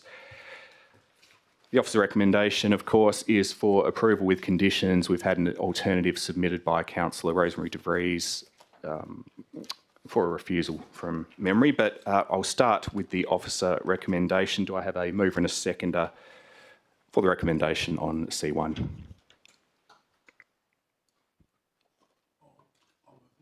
Councillor Burns moving, thank you, and Councillor Jones seconding. Councillor Burns.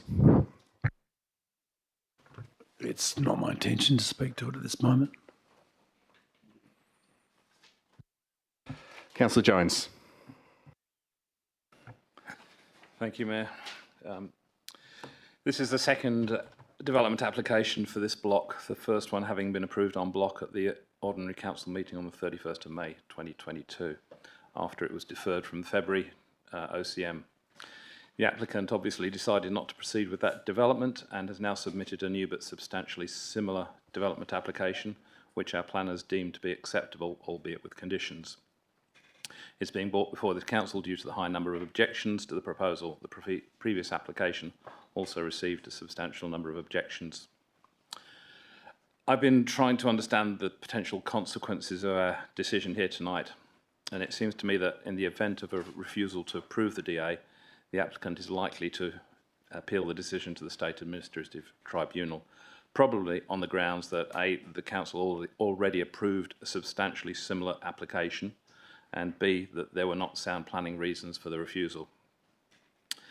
Therefore, since going through the SAT process involves costs for both the city and the applicant, we need to be very sure that our refusal is based on sound planning grounds. Looking at the objections, which I have to say are both passionate and very well prepared, it seems to me that ultimately they come down to the amenity of the development, and my concern is that that's a very subjective judgment. Don't get me wrong, I have great sympathy for the neighbours at 123 Heytesbury Road. I certainly wouldn't want a 6-metre wall looking over my backyard, and it's hard to argue that their amenity isn't being affected by this development. But theirs isn't the only amenity affected in this case. There's the amenity for the wider community and for the homeowners themselves. There's no doubt that the property needs to be developed in some fashion, and by placing the bulk of the building at the rear of the block, they have preserved and probably enhanced the amenity of the street. This is the balancing act that the planners have to consider when they have to assess based on design principles, and our planning department is highly skilled in this work, having won multiple awards. We have to consider whether they've made an error in judgment in recommending that we approve this DA, and I think that's quite a high bar to get over.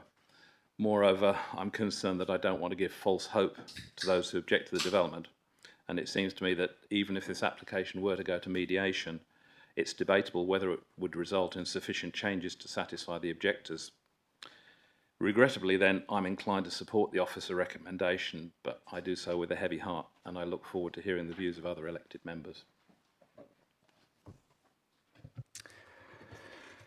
Thank you. Do I have any speakers against the recommendation? Councillor de Vries.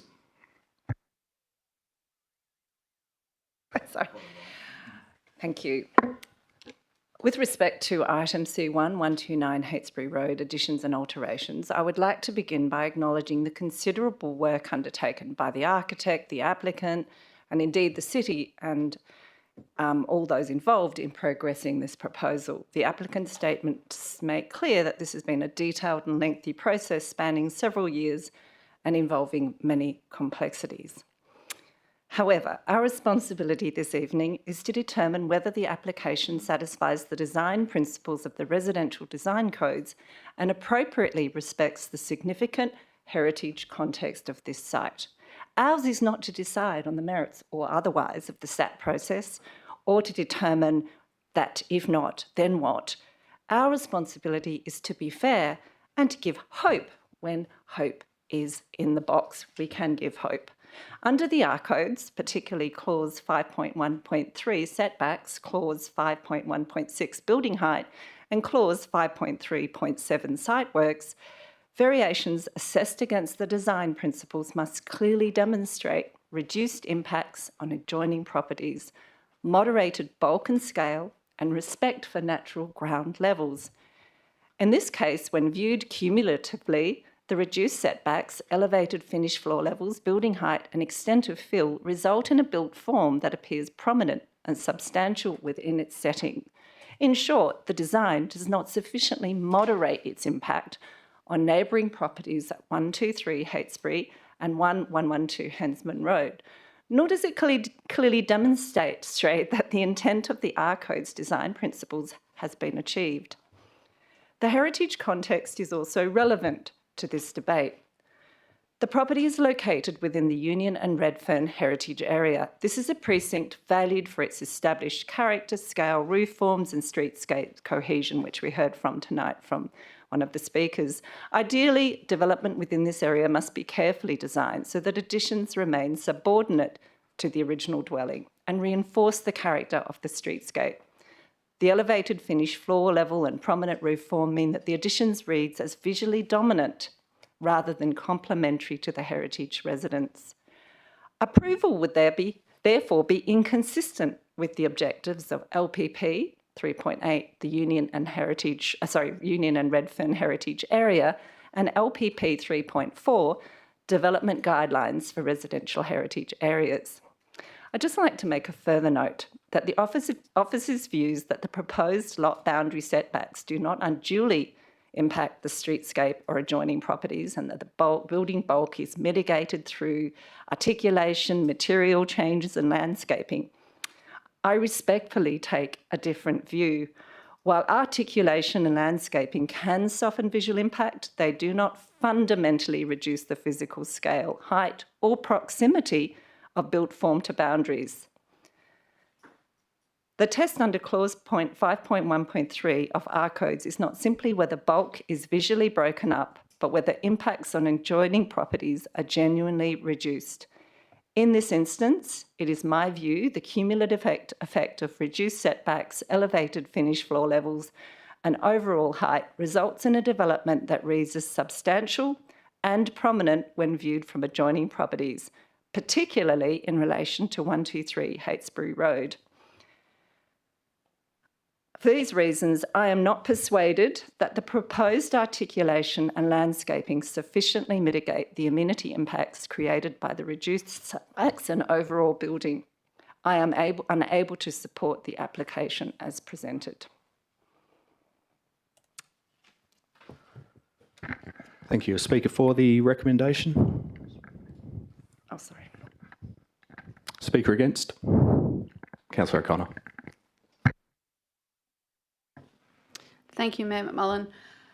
I want to start by acknowledging that this is an unusual site for Subiaco, a double block, although we've heard tonight that there is another one opposite. But it allows significant additions to the side that are highly visible from the street front, as well as to the rear, as you'd find on smaller, more typical lots. There's also the constraint of the sewer easement along the eastern boundary and the usual challenges around rear access typical of Subiaco. The existing house is also a contributory element in a heritage area. All these constraints and matters for consideration were well known when additions were considered back in 2022, so would have come as no surprise to the current owner. And while I think it's reasonable for a development in these circumstances to be afforded some discretion, and discretion is needed in almost every development, I understand, in Subiaco because of our historic pattern of development.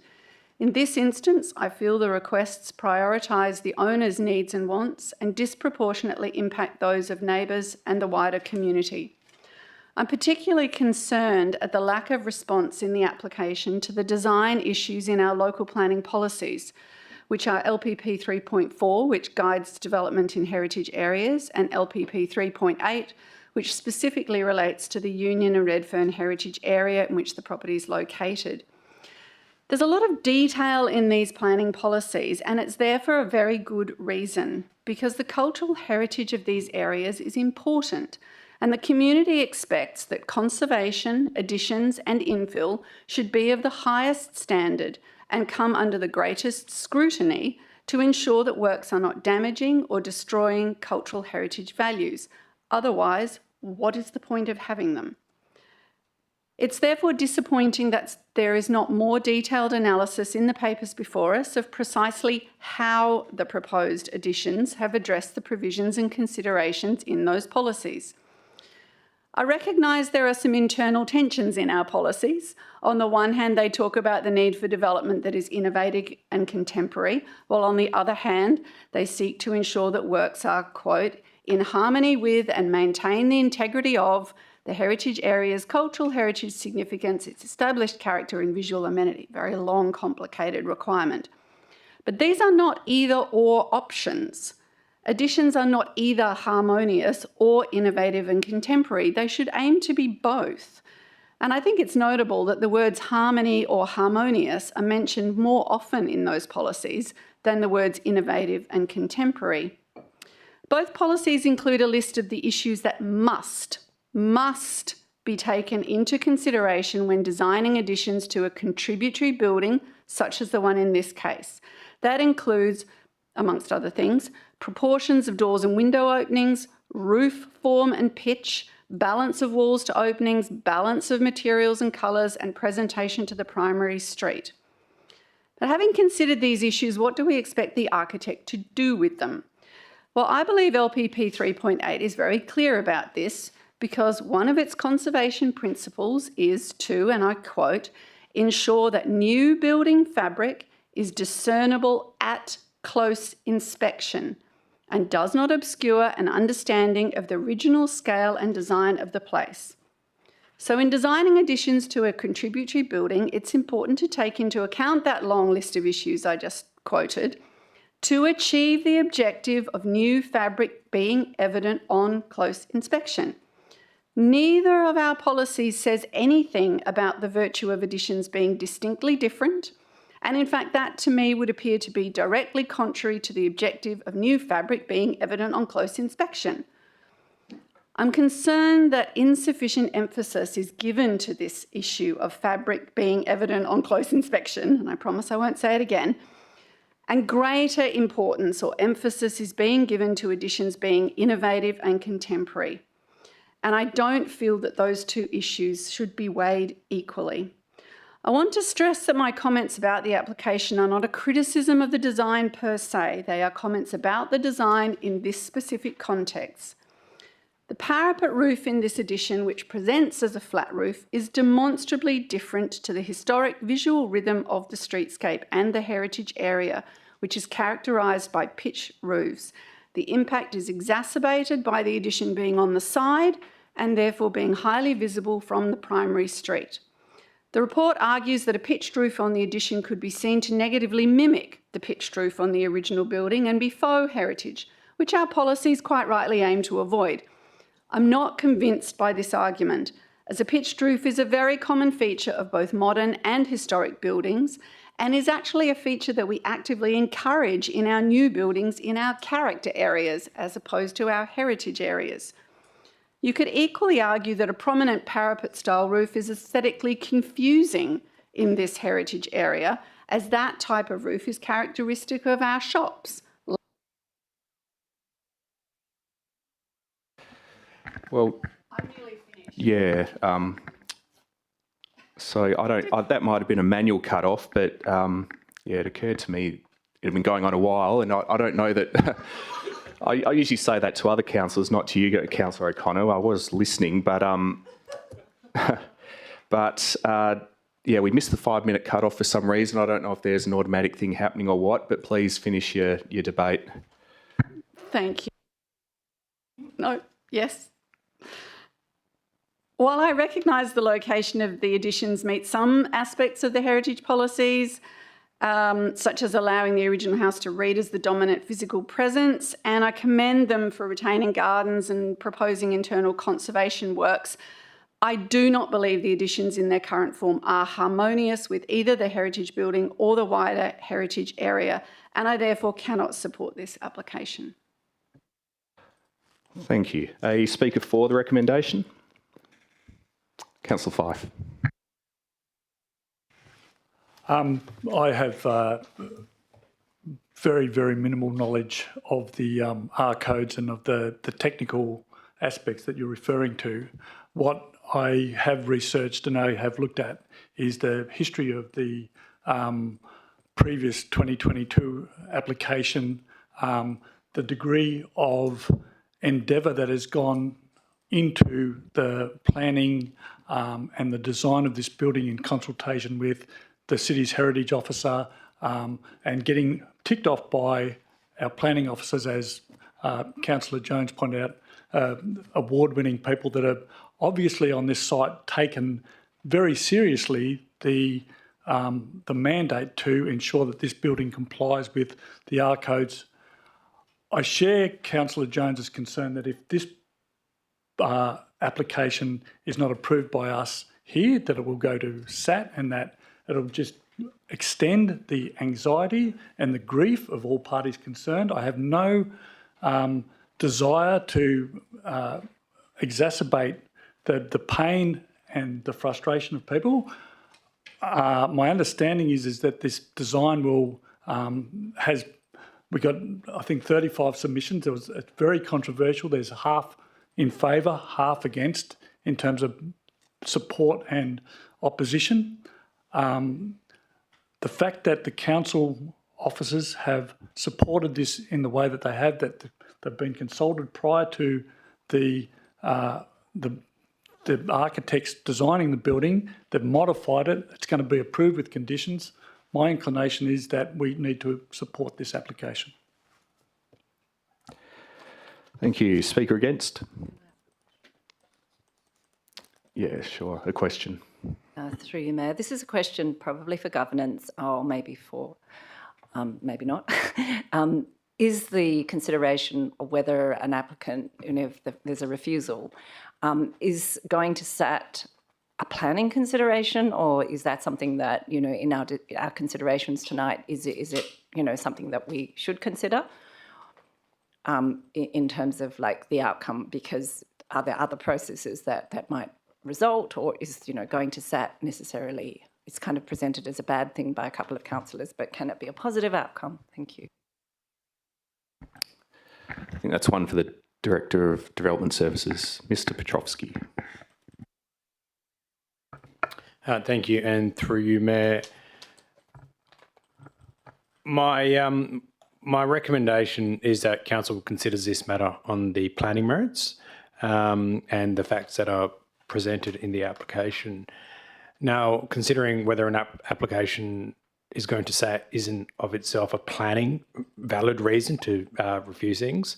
However, it can be in the back of elected members' minds in dealing with any application. So any refusal or any recommendation by council can essentially be appealed by SAT. And in making any decision, council should be aware of the merits of the application, noting that it can essentially be reviewed, not just to defer things to SAT, for example. Okay, I think I saw Councillor Johnston's hand up to speak. Thank you, Mayor McMullen. Look, I'd like to acknowledge the stressful, difficult, time-consuming and drawn-out process that all the parties involved in this have endured. But I've applied the relevant local planning policies for this area, LPP 3.8 Union and Redfern Heritage Area, to evaluate the development. The purpose, point 2, is to ensure that the new development does not reduce the heritage values and character of the heritage area. Objectives, point 2, is to encourage new building developments and alterations and additions to existing buildings that are in harmony with and maintain the integrity of the heritage area's cultural heritage significance, its established character and visual amenity. And point 4, conservation principles ensure that new building fabric's discernible at close inspection and does not obscure an understanding of the original scale and design of the place. Also noting LPP 3.4, the guidelines, development guidelines for residential heritage areas, that development does not reduce the heritage value, traditional and contribution to the heritage significance and traditional streetscape character of the heritage area, to conserve traditional streetscape character of a designated heritage area, and there's another few points in there along the same lines. I don't think this development enhances the heritage values. I think an obviously new box-like structure that's visible to the primary street is not in harmony with the established character of the street and the area. It's not maintaining the integrity of the heritage area. It reduces the heritage value and character. It's clearly, discernibly new building fabric. So I don't think it passes the key elements of LPP 3.8 Union and Redford and Heritage Area guidelines. I think maybe on another note, this LPPs they're open to being interpreted and applied in a manner which I believe many people in the community think is eroding the heritage character of Subiaco, and I don't think meets community expectations. I empathise with all the parties involved in this, including the proponents, in what is clearly a highly emotive development. Significant loss of amenity is a major issue for the neighbours and valid grounds for development refusal. Given the amount of non-compliance for the development and subsequent loss of amenity to the heritage area, streetscape and neighbours, I'm not able to support it. Thank you. Thank you. Speaker 4. Okay, I'll take any other speakers then. Okay, did the move want to close? No, Councillor Powell.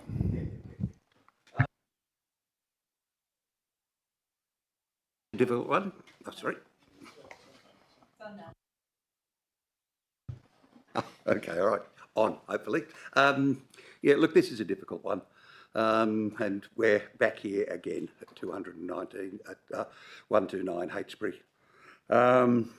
And I do have sympathy with the people who've been through all this before, including some of the current councillors, in fact. But we're back here with another applicant and another set of plans for an even bigger house than it was last time. And look, when you're planning something this big, it's bound to have an effect on its neighbours. So for me, the question becomes, how much is too much? And that's a pretty delicate judgment because all parties have a right to amenity. This DA is for a home in a heritage area, and both the staff and the heritage expert have supported the plan for doing up what is really a pretty tired heritage home. Obviously, some of my fellow councillors are not supportive of those reports, and possibly with good reason. So, but look, it's worthwhile pointing out that if this development application was not in a heritage area, it would not be coming before council. Planning officers would have decided its fate without any council involvement. And it's clear that they do support it. It's also clear that there have been a number of discussions between staff and the applicants, and also whatever changes have been agreed have not been accepted by the objectors, mostly the adjacent neighbours, but there are also others in the street who don't want it. So down to, for me, down to tic-tacs, the officer's report states where the plans meet the deemed to comply with R codes, there are no grounds for refusal. That's pretty blunt. When the plan, where the plans comply, that's it. Can't do anything else. There are 3 areas that are deemed to comply where discretion is required. I think that's been mentioned, the lot setbacks, element 513, the building height 516 and the site works 537. They're assessed under the design principles and they are subjective, more like a value judgment, albeit by experienced planning staff. But for me, that's really what we're deciding on, whether or not they're appropriate. I am aware of Councillor DeVries' alternative for refusal is in the wings. And look, I thank her for providing that, as it's in line with the officer report that if this application is refused, we must provide valid planning reasons. And I think Councillor DeVries' alternative does that. So it's good that it's there. Now, back to where I said it's a very big house. But I tend to think that it's not, the discretions being sought are not considerably over what was approved before. So I take Councillor Jones's point, really. Even if we do refuse this, if it went to SAT, we might be asked, well, what's different? You know, what's the change? So on that basis, I am more than likely going to support it, but I will still listen to the rest of the debate. Thank you. Any other speakers? Councillor Pine. Thank you. I think similarly to everyone, I think I empathise with the proponents and the neighbours and the whole of the community that has provided feedback on this development. It is a difficult one. There are many criteria in the deemed to comply that have not been met, 3 of those.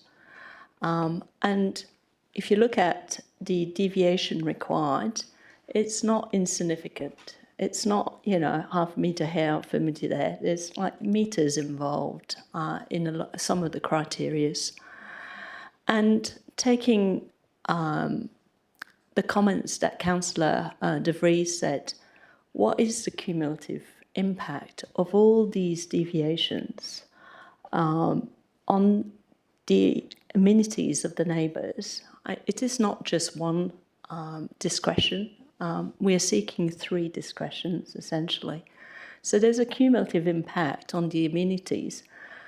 We talk about amenities, and amenities are a judgment, essentially, whether the impact is too much or is the impact acceptable.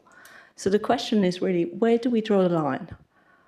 What kind of development would have been refused? And I'd love to understand that, because at the moment we have multiple discretion being thought. We hear from a lot of the community that amenities are being impacted, particularly the light on the property at Hensman's Road, that is being impacted. We're also hearing about, you know, some of the garden, you know, and the use of the garden because of the huge wall.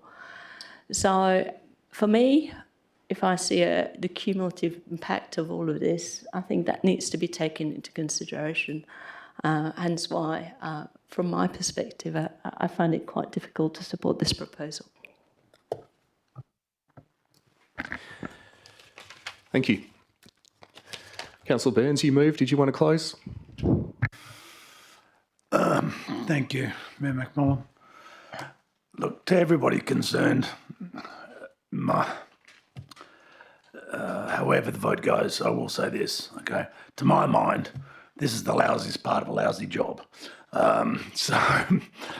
know, I mean, everybody has opinions, whether they're voting right now or it's the gallery or friends of people in the gallery, etc.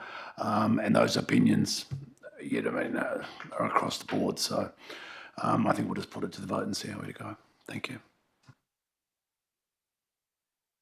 Thank you. I'll call the vote now.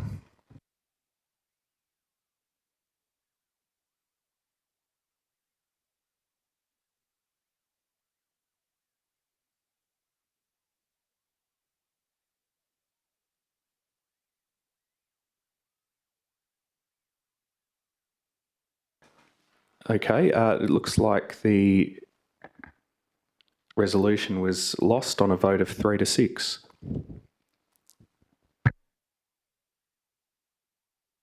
Well, okay. What I'm looking at is different to what's up there. No, it's not.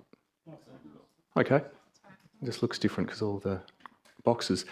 Okay, it's lost on a vote of 3 to 6. 3, 4, 6 against.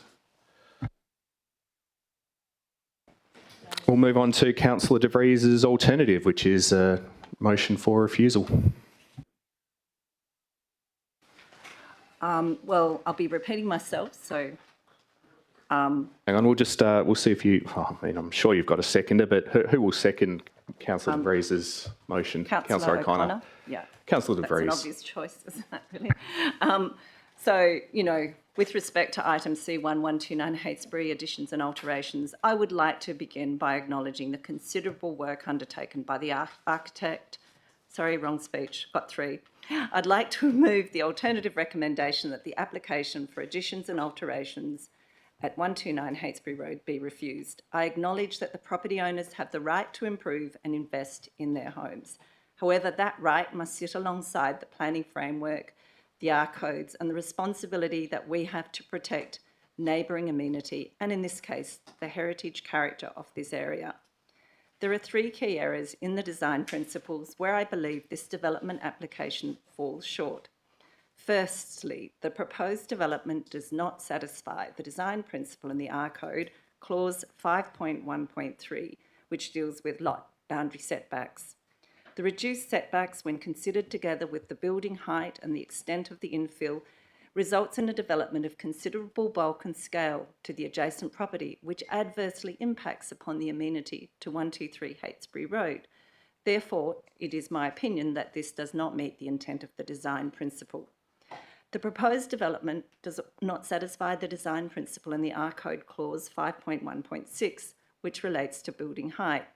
Here it is the cumulative effect on the amenity of adjoining properties, which should be noted.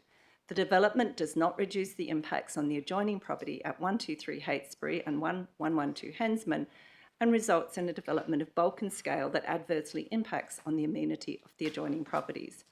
Finally, the proposed development does not satisfy the design principle of the R Code's clause 5.3.7 site works. The development does not respect the natural ground level, particularly along the eastern boundary, and the finished floor level sits above the natural level and above the original heritage dwelling. The development results in an adverse impact on 123 Heytesbury Road, which leads to the additional point which relates to the visual prominence, which Councillor O'Connor has already raised and discussed at some length, of the elevated finished floors. The proposed addition elevates the addition so that it reads more prominent both from the street and from adjoining properties. Furthermore, this is not in keeping with the heritage streetscape of the Heytesbury Road, which sits within the Union and Redfern Heritage Area. Under LPP 3.8, the Union and Redfern Heritage Area, the goal is to encourage new buildings that are in harmony and maintain the integrity and established character and visual amenity of the area. As a result, the elevated floor level and prominent roof form competes with, rather than defers to, the original heritage residence. Under Local Planning Policy 3.4, our development guidelines for residential heritage areas, we are asked to ensure that proposals respond contextually to the established streetscape. I am not persuaded that this design does that. I'll leave it to Councillor O'Connor to give more detail on that, which I'm sure she will. It is my hope that refusal creates the avenue for the applicant to explore an amended proposal. It is my experience as a decision maker over the last 5 years on planning matters that refusal does not close the door to a future positive outcome for all. In summary, given the amenity impacts on neighbouring properties, the cumulative bulk and scale of the development, the extent of site works and the heritage implications, I recommend this for refusal. Thank you. Thank you. Councillor O'Connor. Thank you, Mayor McMullen. I'm conscious that I spoke longer before, so I will be briefer this time. Heritage is not a minor matter.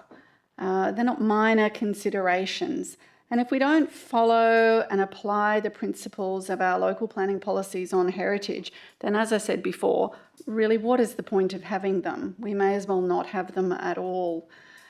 The current emphasis, as I said before, on additions being distinctly different rather than truly harmonious, sympathetic and respectful runs the risk of incrementally damaging the character of our heritage areas. And we heard eloquently from one of the people making a statement today about another example of an addition to a heritage property that they felt really had quite a negative impact. I feel that we are potentially getting more harmonious development in our character areas, as I said before, which are not our heritage areas, but where we go over and above requesting our new owners put pitched roofs on. And yet here we're looking at accepting what appears to be a flat roof. This addition obviously declares its difference to the heritage fabric and does not meet that threshold of close inspection. It doesn't meet community expectations for additions in the heritage area, and again we heard eloquently, although I take the point that there were a number of people supporting. But I think on balance, for me, this is not a development that I can support, and therefore I support Councillor De Vries's alternative. Okay, a speaker against the motion. If not, I'll take speakers for or against, or I can ask the mover to close. Councillor De Vries, would you like to close? Very briefly, look, I want to thank new councillors for their active participation. This is a first debate for some of you on the planning matters, but I think it's important that we really do the rigour. And I want to conclude by emphasising to my fellow elected members that this decision is not about opposing improvements to a private home.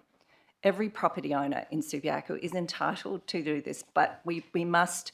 The question before us tonight is whether this design in its current form achieves the planning outcomes required under the R Code and as part of the Redfern and Union Heritage Area, whether it achieves and protects that area. So thank you to all of you for your fantastic debating tonight. And for that reason, I hope that you support this alternative recommendation. Thank you. Thank you. I'll call the vote, and a vote for will be a vote for refusal, essentially. We'll call the vote now.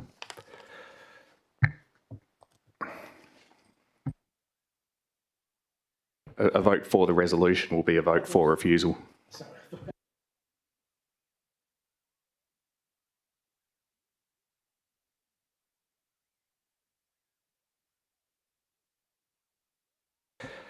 Okay, the resolution's carried on a vote of 8 to 1. The development is refused.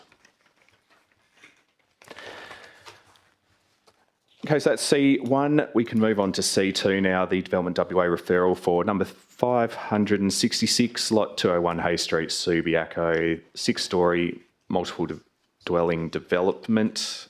We've got the officer recommendation that the City of Subiaco support the application. And I think it was an amendment from Councillor Pine. Let me just find where I'm up to. Can't find it.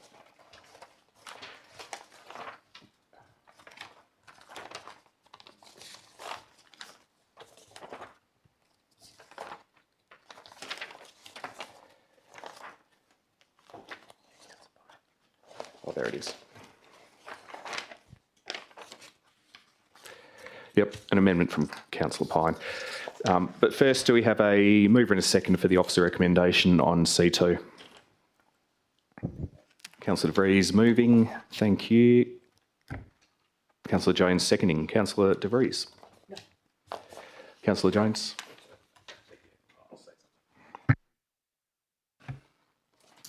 Obviously, I'm disappointed that DevWA haven't bothered to put much, if any, affordable and social dwellings into their previous developments in Subi Centro, especially given the current concerns over housing affordability. And now it looks like they're trying to stuff them all into one tiny block of land. I'm fairly certain that if the city had retained any authority over the developments in Subi Centro, then it would have insisted that they met the agreed targets for affordable and social housing. But the state government knows better, so this is where we are now. I'm pleased that this development is being funded by the federal government's Housing Australia Future Fund, but I note that the officer report merely says that the proposal is capable of support as it facilitates the delivery of affordable and social housing, the implication being that it's otherwise insupportable, and I would have to agree with that sentiment. The excessive height and bulk do not comply with the SRS2 and AFC guidelines and impact negatively on the local amenity, and therefore, contrary to the officer report, I would contend that this proposal is actually in conflict with Pillar 4 of our council plan. This is not a high quality development and it will not complement the streetscape character to facilitate vibrancy. Moreover, given the decision to have zero parking for cars, I'm very concerned about the shortfall in motorcycle and bicycle parking. Obviously, if people don't have cars, then they're more likely to use other personal transport options, especially with the easy availability of e-mobility devices like electric scooters. But DevWA seem to be oblivious to this obvious fact. We don't even know whether they've included electric charging facilities. I worry that the restricted travel options for residents will severely limit their employment options, and the lack of visitor parking will make it difficult for them to receive support services. I also note that no provision seems to have been made for removal and delivery service vehicles, but sadly that's often been the case with other developments in Subicentro. Nevertheless, as the officer report points out, if we do not endorse the resolution, then the city would be providing no response to DevWA. It's debatable whether they consider the responses, but it's still better to provide them with something so that the city's concerns have been registered. Accordingly, I will be supporting the officer recommendation, but it's fair to say that I'm not happy with this development proposal. Thank you. Did anyone want to speak against the recommendation in its current form? Okay, we'll test Councillor Pine's amendment. We'll have Councillor Pine moving your own amendment, and do we have a seconder? Councillor Johnston seconding. Councillor Pine. Thank you. Councillors, it's great to see a social and affordable housing proposal being put forward to us because this will help meet some of the targets for the Australian Fine China area. I wanted to speak about an amendment to the officer's report to better address the issue of lack of parking bays. Just to be clear, we are voting on a response of a referral from Development WA, the approving authority on the development proposal prepared by Development WA. City of Subiaco is not the approving authority for this development, so we do need to take every opportunity to actually provide feedback. I have put forward an amendment to the officer's report to request Development WA to evaluate additional car parking provision for residents of this development, in addition to verge parking already recommended in the officer's response. The reasons for the amendment are as follows.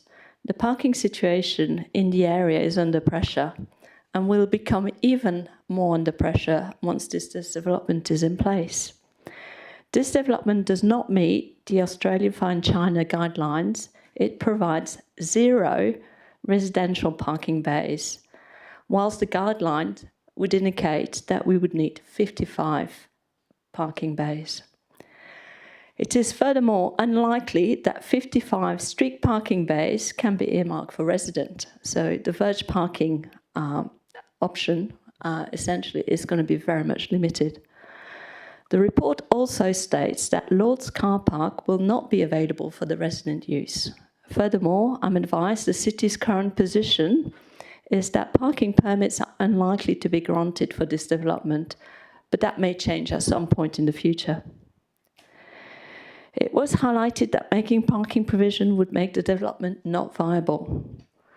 Development WA has elected to build a dedicated building for social affordable dwellings at this site to meet some of their obligation, as opposed to incorporate social housing in its other development on the Australia Fine China sites, where parking provision is being made. They could have also chosen a different site for social housing. I understand that the site is still not fully developed. This matter is all about equity.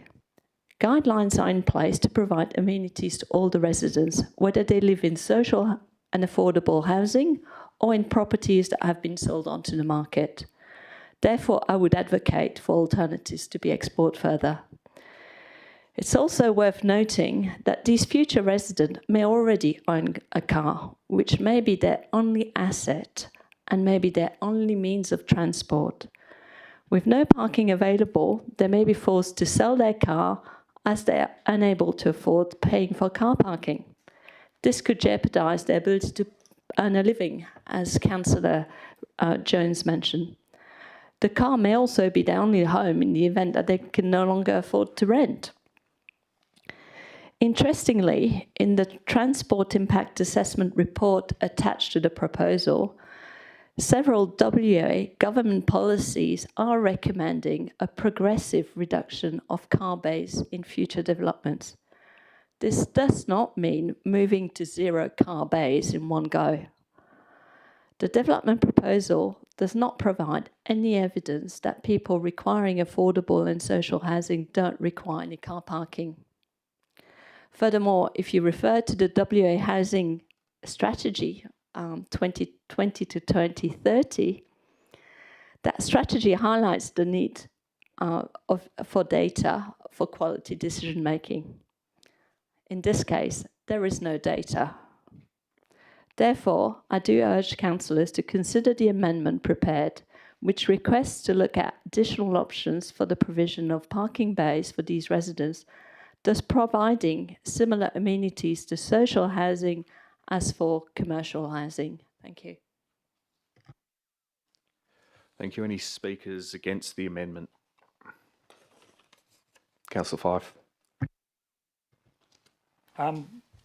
We, as a community, hopefully moving towards a situation where we've got less reliance upon cars as our primary means of transport. In this social housing development, I note that it's in ready access to 2 train stations, being Subiaco and Daglish, and that the future social contract of everybody owning a car is hopefully not going to be the case. There's already too many cars on the road. There are numerous public transport options. There are provisions for scooters. There are provisions for charging the scooters, for parking bikes. The other thing too is that this assumption of car ownership and the idea that it is a benefit is challenged by Johnson et al. In 2010. It says that social inclusion can be exacerbated by the financial burden of car ownership. People feel that they need to own a car. It costs $24,000 a year to own a car. That's just the average cost of it.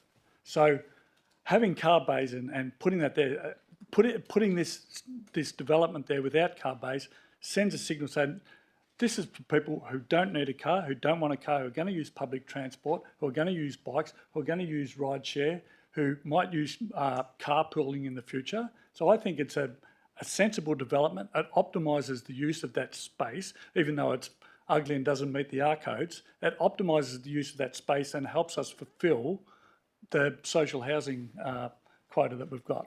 So I think, you know, with respect to equity and people wanting to own cars, I think this is a sensible development in not having car bays. Thank you. Any speakers for the amendment? Thank you, Councillor De Vries. Yeah, look, it's a lot of interesting points there made by Councillor Fife, you know, about equity and who gets to not have a car, and, you know, we are going to move to that. I think it's unquestionable that when we're living in an era where we have too many cars, and probably cars have to become so expensive like they are in Singapore, so it's really difficult to own one. But anyway, that's not the point. Right now, that's not the situation. Right now, the situation is that people have jobs, require cars. People on lower incomes often work in the industries where they may be, you know, required to go on shift work. They can't use public transport because public transport isn't available in the evening. I think it's really unfortunate that this oversight has happened in this particular development, because this area is already crowded with cars on the street. It's not going to get better. People are going to try and park on the street. They will look for car parks. They'll perhaps park in Lords, even though they're not supposed to, because they'll look for workarounds. But they're not, you know, this isn't the option. The option is there should have been more consideration, and I really do commend Councillor Pine for giving this thought, because we need to raise this issue. We need to alert, if they're listening at all, the decision makers, Development WA need to listen and say, look, this is, you know, it's nice that you're giving accommodation for people on lower incomes. That's great. I welcome it. I'm definitely for it. But it shouldn't be done with these restrictions, because it seems to me a little bit disingenuous. Like, you can have a house, but you can't have a car. You know, that seems a little bit wrong. So I actually think we need to consider what we tell them, what our messaging is. We're open for business. Yes, we want people to have, improved social housing options, but let's do it the right way and give people the right tools to be able to support themselves. And unfortunately, at this point in car ownership in Australia, West Australia isn't Singapore. So in Singapore, you can get on a train or a metro or the bus, or it's so easy to get around. I lived 2 years without a car in Singapore, no problem. But could I do that in my current work? No, I could not. So let's talk about the reality of right now, and let's not be aspirational. I fully support this. Thank you so much, Councillor Pine, for the hard work on that. Thank you. Before I ask if anyone else wants to speak, I'll just ask a question of the Director of Development Services. I suppose it's just trying to understand what this amendment really achieves, if anything. Your comment, Mr.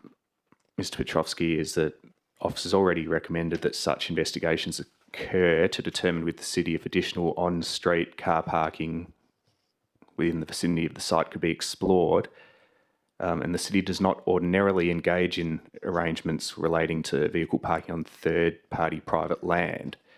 So I understand that much, and I understand why that would be, but you go on to say that, however, Development WA, as both the developer and planning authority, may have broader options available to enable this in future. My question is, what would those broader options look like, or do you conceive of any, or is that really a, I suppose, gentle way of saying it doesn't hurt to make the amendment and to supply some additional material for Development WA to consider, but as it appears to you at the moment, there's not much that will come of the amendment. If I could have some clarity on what you see as the effect of the amendment ultimately. Thank you, and through you, Mayor. The amendment will achieve a very the same intent that we have included in the matters of consideration. The amendment just expands on that. And the difference between Development WA and the city as a planning authority is that in creating and developing that site, Dev WA did own lots, so they do have infrastructure there that they could consider and use, and they've done it in the past for other developments, particularly where there was a rail line that went underneath, so that limited parking. I do feel that they are constrained in that most of the lots in that site have already been sold, but we are not aware of all their commercial arrangements. So essentially, all that the amendment will do is ask them to explore all available options that they may have that we may not be aware of. Okay, I know the answer to this already, but in your view, it's not prejudicial to make the amendment, not prejudicial to the city in any way? I don't believe so, no. Thank you. Okay, does anyone else want to speak to the amendment? Councillor Johnston. Thank you, Mayor. I'm concerned that the lack of parking provided for these residents further disadvantages vulnerable people who are already disadvantaged. Not having any residential car parking available to them is not equitable, let alone equal. No, there's also no commercial space, no office, no community space in the building, which precludes the ability for wraparound services to be provided on site. We have no statistics provided on the number of people that require affordable or social housing who don't own a car, so we don't have that data. People on low incomes will likely need to sell their car if they get accommodation here, due to the difficulty in finding and paying for private car parking. So I'm concerned that this housing model may set up disadvantaged people to fail. It doesn't align with WA Housing Strategy 2020 to 2030. Their strategy outlines responsibly supporting home ownership opportunities, building livable, inclusive communities that improve social and economic participation, and improving outcomes through a more integrated approach to housing and service assistance. And this does none of those things. Building an entire complex with affordable and social housing is certainly not an integrated approach. Their target is to have 20% social and affordable housing. They haven't, clearly it doesn't sound like they've been doing that. That model is best practice and more likely to be successful for everyone in the community and not just in the development. So I'm concerned that having a whole apartment complex of people on low incomes puts them at high risk of living on the street if they have to sell their car, if they're in the position where they can no longer afford paying rent later on. It's been mentioned about their own accurate data underpinning good decision making, and this is essential to how housing responses are designed and delivered, yet we don't have that housing data, that there are any people how many people are there that don't own cars. The block's compromised, the design is further compromised. Development WA is intending building a compromised block, filling it with vulnerable people. They could choose a different business model, build a less compromised design with some apartments for profit, following their own strategy for integrated housing, but they're not doing this. Their strategic principles support equity and accessibility to create an inclusive WA. They're clearly not doing that. People on low incomes, for example, may choose a home based on an affordable, housing literacy is also another one of their pillars. And they quote that there's currently limited information available to support people making choices in the private rental market. People on low incomes, for example, may choose a home based on an affordable rental price without any information about other high costs associated with the home. For example, having to pay for private car parking in a suburb with parking restrictions and the need for parking permits when they can't get those. I believe offering this type of housing with zero ability for residential car parking further disadvantages them, people who are desperate for accommodation.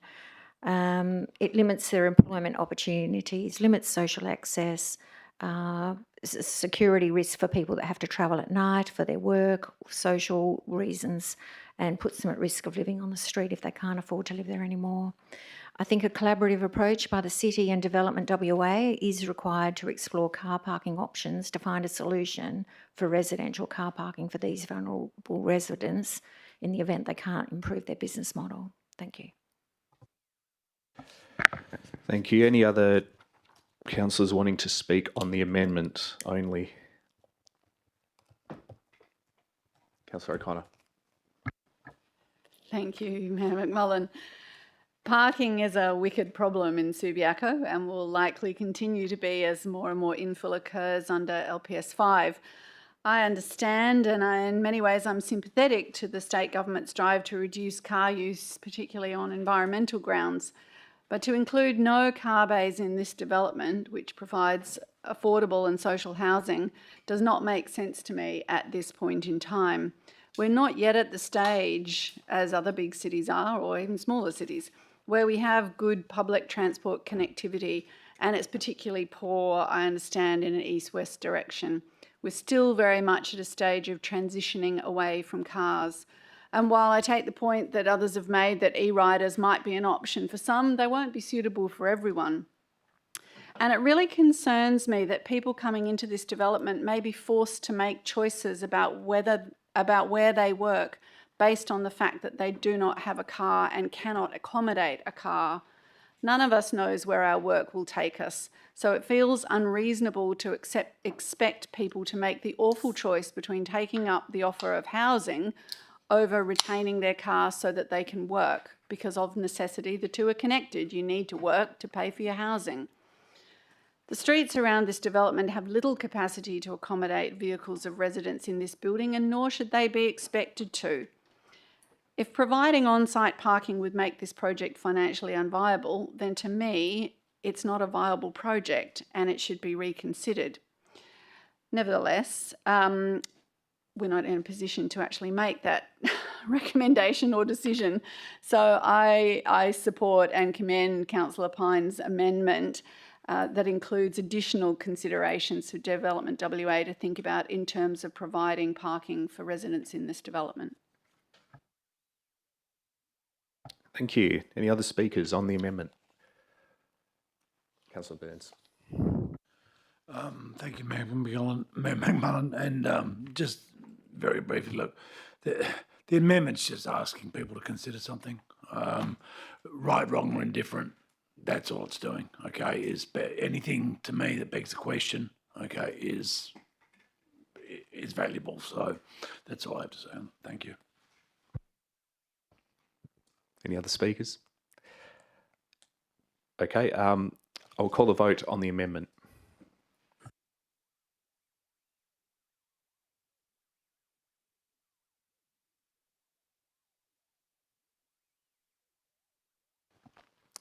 Okay, the amendment's carried unanimously.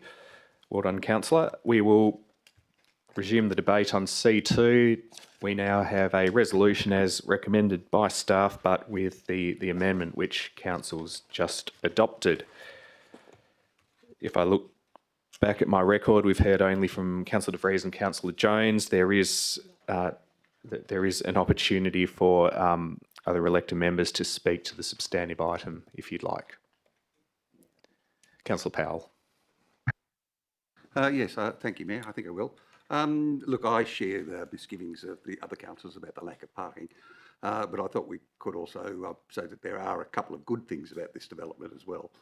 One that, we do need social housing in Subiaco, and there's a desperate need for it. It is being provided in a city suburb with good connections to transport, shops and other amenities, and it's not too far from medical facilities either.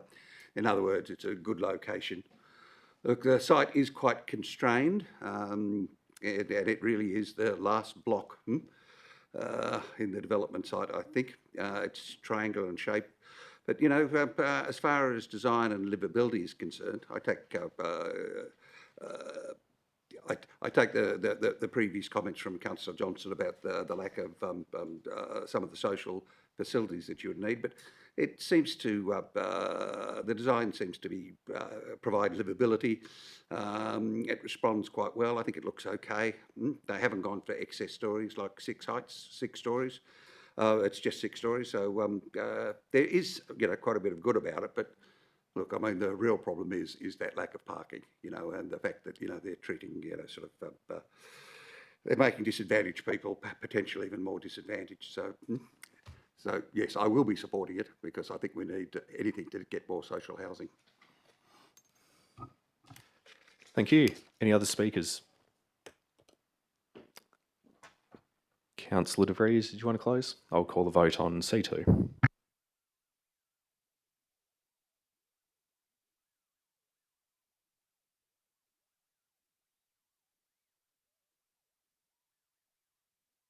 Someone hasn't voted.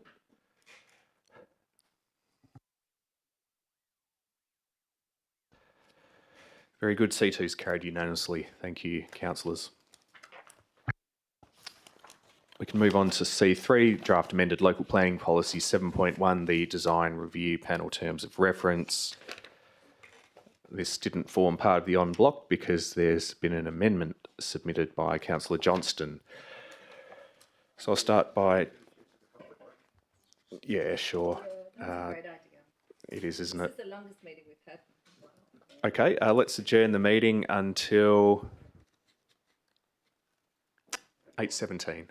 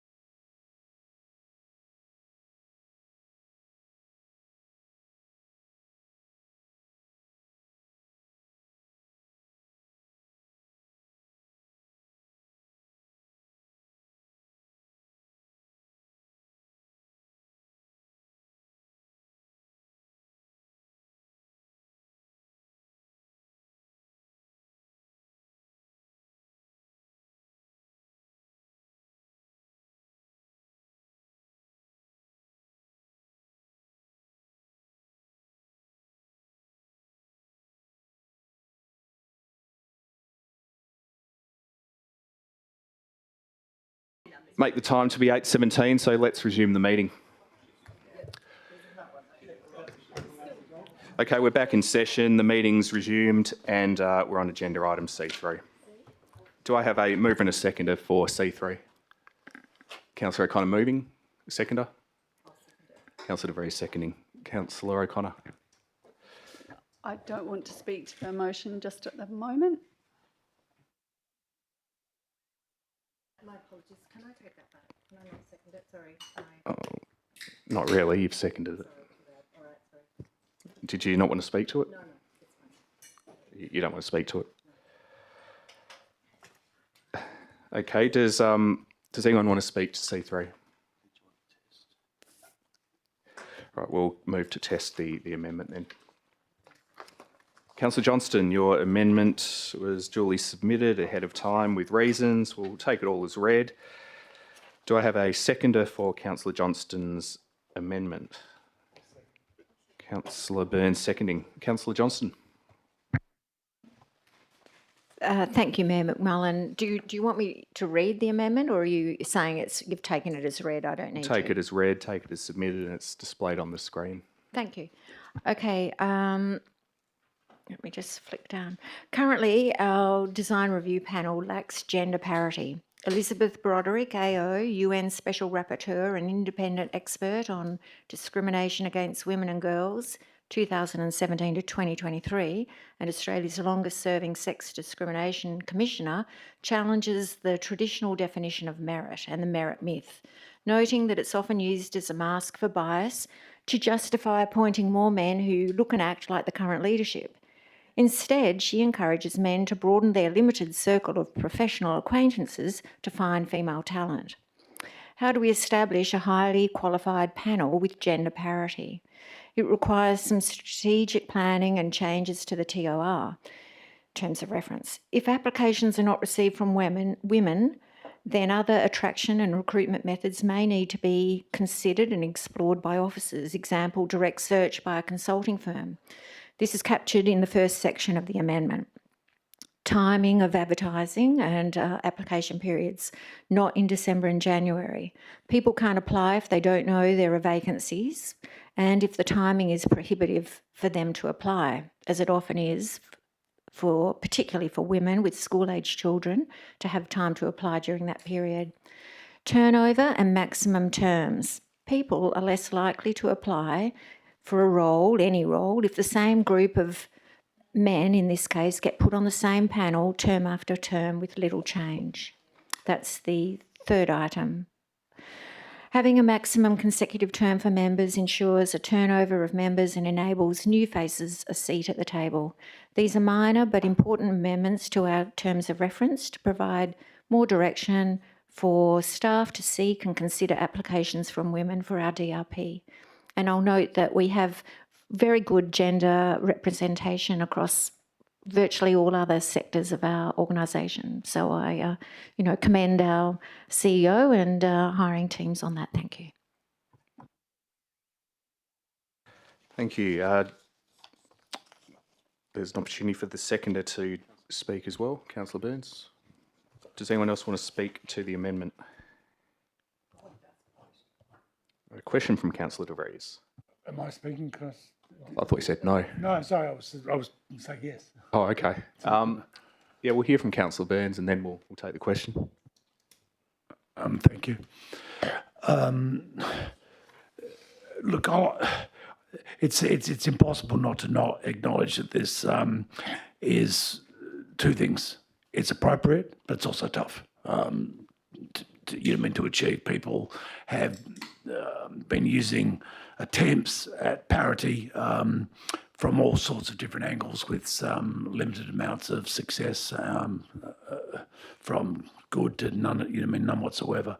So I find myself in support of it and maintain a position of being hopeful about parity, I suppose is the best way to look at it, while acknowledging that I'd like to say it's not going to be done overnight, but we seem to have been trying for a very long time without much success to really get there. So, yes, it has my support. Thank you.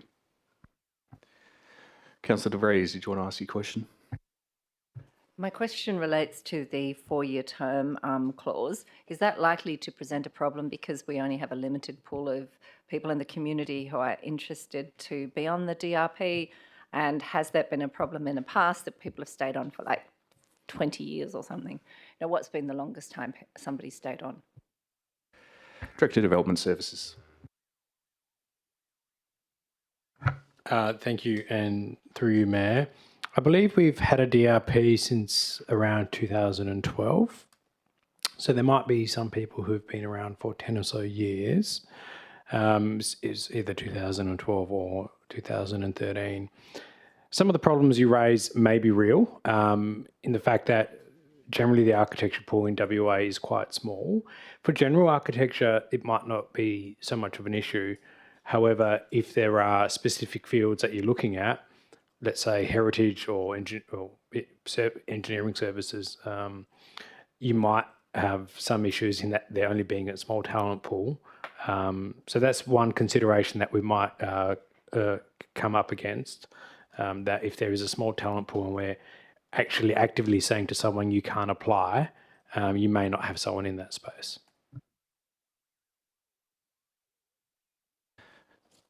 Okay, any other speakers on the amendment? Councillor Pine. Thank you. I'd like to actually congratulate Councillor Johnson for putting the amendment together. We had a good discussion on the options and some alternatives as well.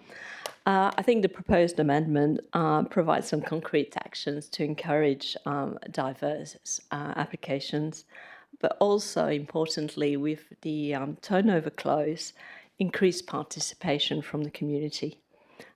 Because by having people actually having a turnover, you also increase participation and actually interest in planning within the community, which I think is a good thing. May not happen overnight, but and that provision is actually being made in there to say, look, you know, the clock will start when we have this policy in place. So I support the amendments. Thank you. Any other speakers on the amendment? Another question, Councillor Vervares. Sorry, even though I asked that question, I sort of got the answer that perhaps it could be a problem. So as a follow-up, should it eventuate that we can't find sufficient talent in the within 4 years, and then we put the process open, if it turns out that we've limited, how easy would it be to amend this policy in terms of, obviously it is quite straightforward, but is that an option should this not prove to be a very successful process? Mr. Petrovsky. Thank you, and through you, Mayor. There's absolutely no issue in council making a decision different from its policy. There's no barriers in terms of that.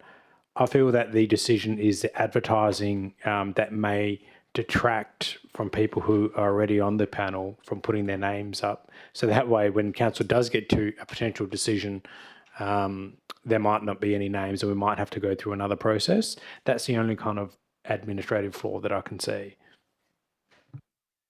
Councillor Fife, I think you were about to speak. Yeah, I just wanted to commend Councillor Johnston on the amendment, and I fully support it. I think the getting diversity, like we have representation in most of the council administrative and senior roles, is important. I think the recommendation or the suggestion that you made around headhunting women and doing it at a time where it's not over the Christmas holidays is also a good idea. My own research was that I think there's 38% women on the members of the Planning Institute of Western Australia. So they're underrepresented on this board, and anything we can do to, on this panel, anything we can do to address that will be encouraged. So I commend the amendment. Thank you. Councillors, anyone else? Anyone else wanting to speak on the amendment? Okay. Councillor De Vries. Also recognising that the staff do an incredible job of looking for diversity, looking for skill. I think this is actually not saying that this isn't already happening. I believe that given the nature of the administration of the city, that indeed would probably be happening, consciously happening, and staff would be actively looking for those people. But I think what this does is underscores the need for deliberation, like to be deliberate. So for that reason, I too support this, and my concerns around clause 1C have been reassured. I've been reassured that there's a process we can go through should it prove to be a problem. But I also recognise that should that not be achievable, that staff have done their absolutely best to achieve it. So, we'll strive for balance. Doesn't mean at the end of the day we might end up with 4 women and 1 man. That may be the outcome. So thank you so much to Councillor Johnston for this. Thank you. Anyone else wanting to speak to the amendment? Okay, I'll put the amendment to the vote.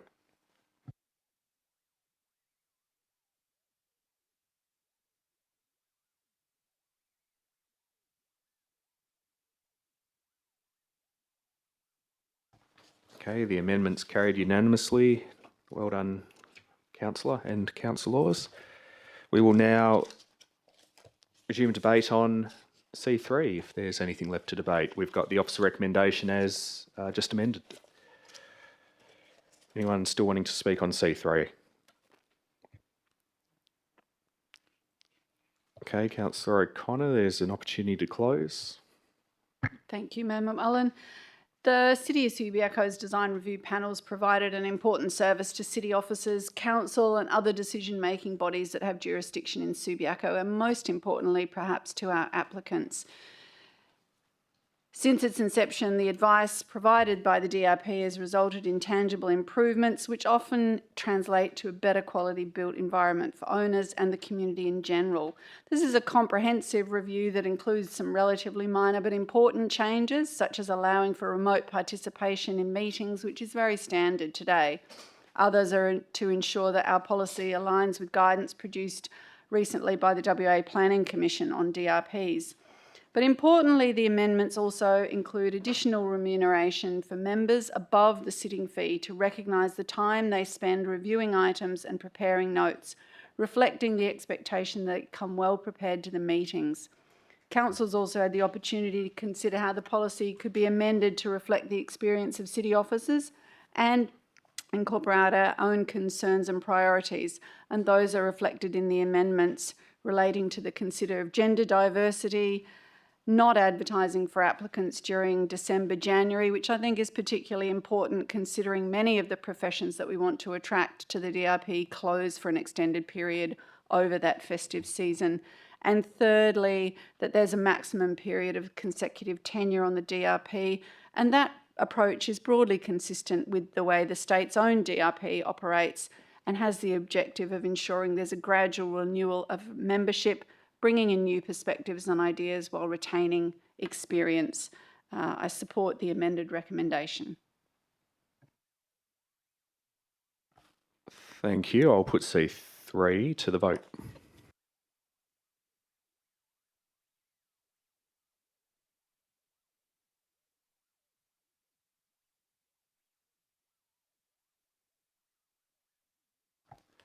Okay, C3 is carried unanimously. We'll now move on to C4, the Shenton Park Precinct Local Heritage Survey consultation. No special voting requirements, no amendments or alternatives, pulled simply because of the disclosure of several interests. Do I have a mover and a seconder for item C4? Councillor Burns, thank you, and Councillor O'Connor. Councillor Burns, did you want to speak to it? Councillor O'Connor? Okay, in the absence of the mover and seconder speaking, there's probably not a lot to debate. I'll put it straight to the vote.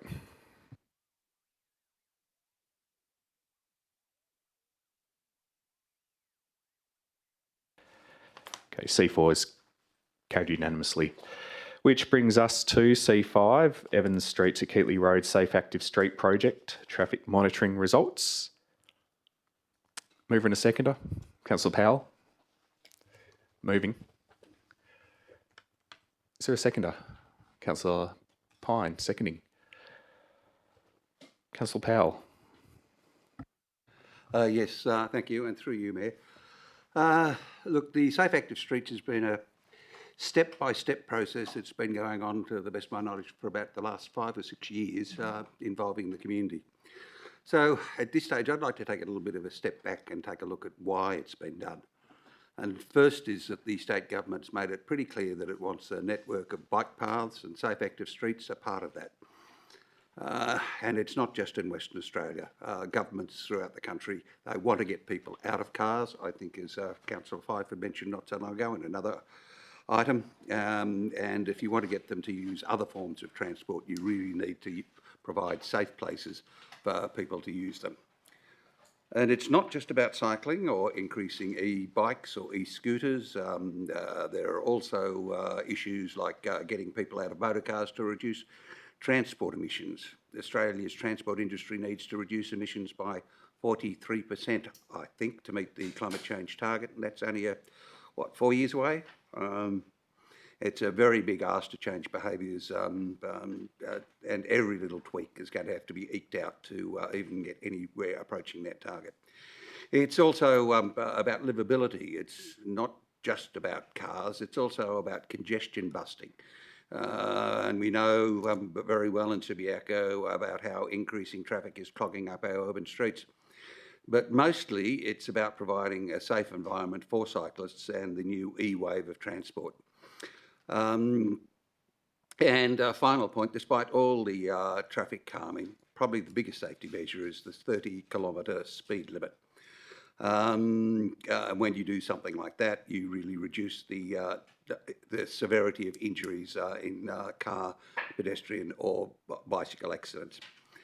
But look, whenever you do something like this, there is justified community concerns, like the effect it's going to have on traffic in places like Evans Street, the street that is the Safe Active Street, and more the spillover effect of traffic into other streets like Morgan, Whalen and Evans. So getting information on local traffic effects was almost like a condition of it being approved. And now we've got the figures back, and staff say that there's been little impact on the surrounding streets. But look, as we heard from the gallery tonight, the people in those streets, some of the main people in those streets, leaders in those streets, would like more time to study those figures. And look, I'd be happy with that as well. I am aware that some of the negotiations about the questions that have been asked, I think 10 were submitted yesterday, and some of those, I think some of those were being answered only about half an hour before the meeting tonight. So I would be quite happy if there was some move to put this off to the next meeting or to another meeting to give, as an act of goodwill, and so that those people can actually get a proper handle on the figures, because we've tried to carry them all the way along, and that would be an act of goodwill, I think. Thank you. I think you're inviting a procedural motion, but I'll wait for someone to take the bait. Councillor Pine, seconding. Did you want to speak to the item?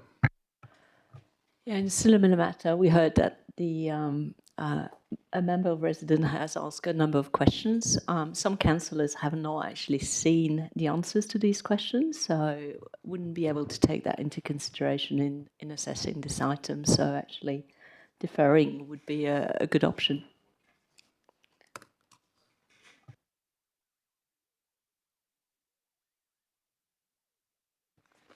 Has Councillor Pine finished debating? Okay, the procedural motion would be to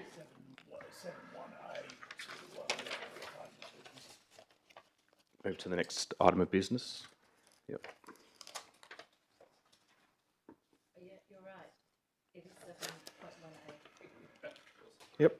Is there a seconder for the procedural motion? Councillor Johnston seconding. Councillor Burns, did you want to speak to the procedural motion? You can speak to it, but there's no further debate. Okay, well, I think everyone...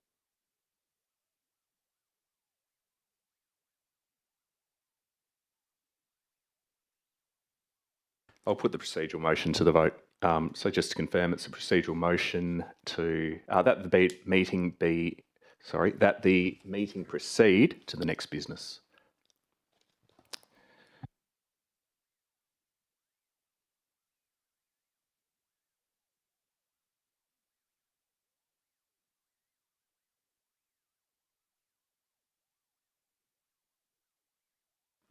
Okay, the procedural motion's carried 8-1. That brings us to item C6, the 2025 annual electors meeting. Yeah, is it on C6 or C5? No, C6.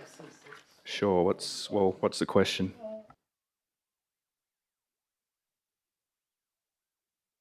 Well, hang on. Turn the mic on. It's a question about C6. Yeah, thank you, Mayor McMullen. I can see how we're dealing with we're approving the minutes and we're dealing with with motion 1 and then 2, 3 and 5 grouped together and then 4, which sort of sits outside of it and think. Is it inappropriate to suggest that we vote on this separately and really almost vote on the motions one at a time? And the reason I raise it only because if you look at, say, perhaps 2 and 3, we're voting on them, but there's this, in some ways they're diametrically opposed. 2 is talking about that a rejection, and then 3 is talking about something differently. Should they be broken up? Just for the, I'm not suggesting that anybody's going to vote against them or anything else, but just for the sake of the record, shouldn't we just be looking at these individually? I think I can't imagine it's going to drag on, but anyway, it's a question. I'm not asking you to do it. I'm just answering, can we? Should we? Yeah, there's always the option to break up complex questions, and I'm happy to call the vote separately on points 1, 2, 3 and 4 of the officer recommendation. Is that what you're suggesting? Well, not really. It's not. It's really the motions that I have the problem with. That we actually should call.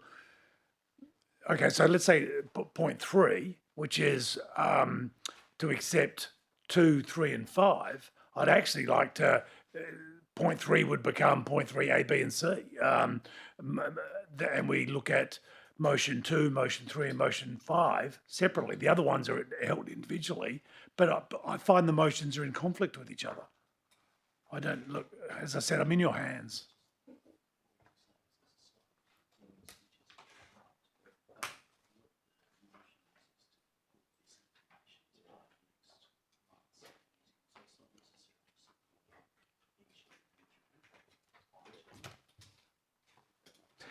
Yeah, look, I've got some advice from the CEO, Councillor Burns, and I think it's pretty fair advice. It's that we're not actually voting to do motions 2, 3 or 5 from the annual electors meeting. We're asking for a report to council at the conclusion of the consultation on those motions 2, 3 and 5. I take your point that if we were actually voting to do any of those 3 things tonight, they would be quite diametric opposed, as you put it. Yeah. But all we're doing tonight is asking for a report on those, on each of those. I was seeking clarity, but just for my confusions, I'll accept that. That perhaps they come back in that form. You'd have been separately. Then I'm accepting. Thank you. Good question, though. Okay. Did I ask if there was a mover and a seconder for C6? No. Is there? Is there a mover for C6? Mover and a seconder. Councillor Burns moving. Councillor De Vries seconding. Councillor Burns. Look, thank you for answering my question. I'm happy to put it through, noting that they're going to come back separately from the staff. Thank you. Thank you. Councillor De Vries. No. Anyone else wanting to speak to item C6?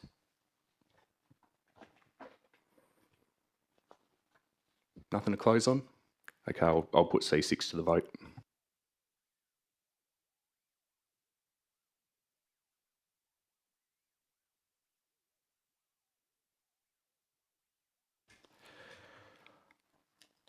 C6 is carried unanimously.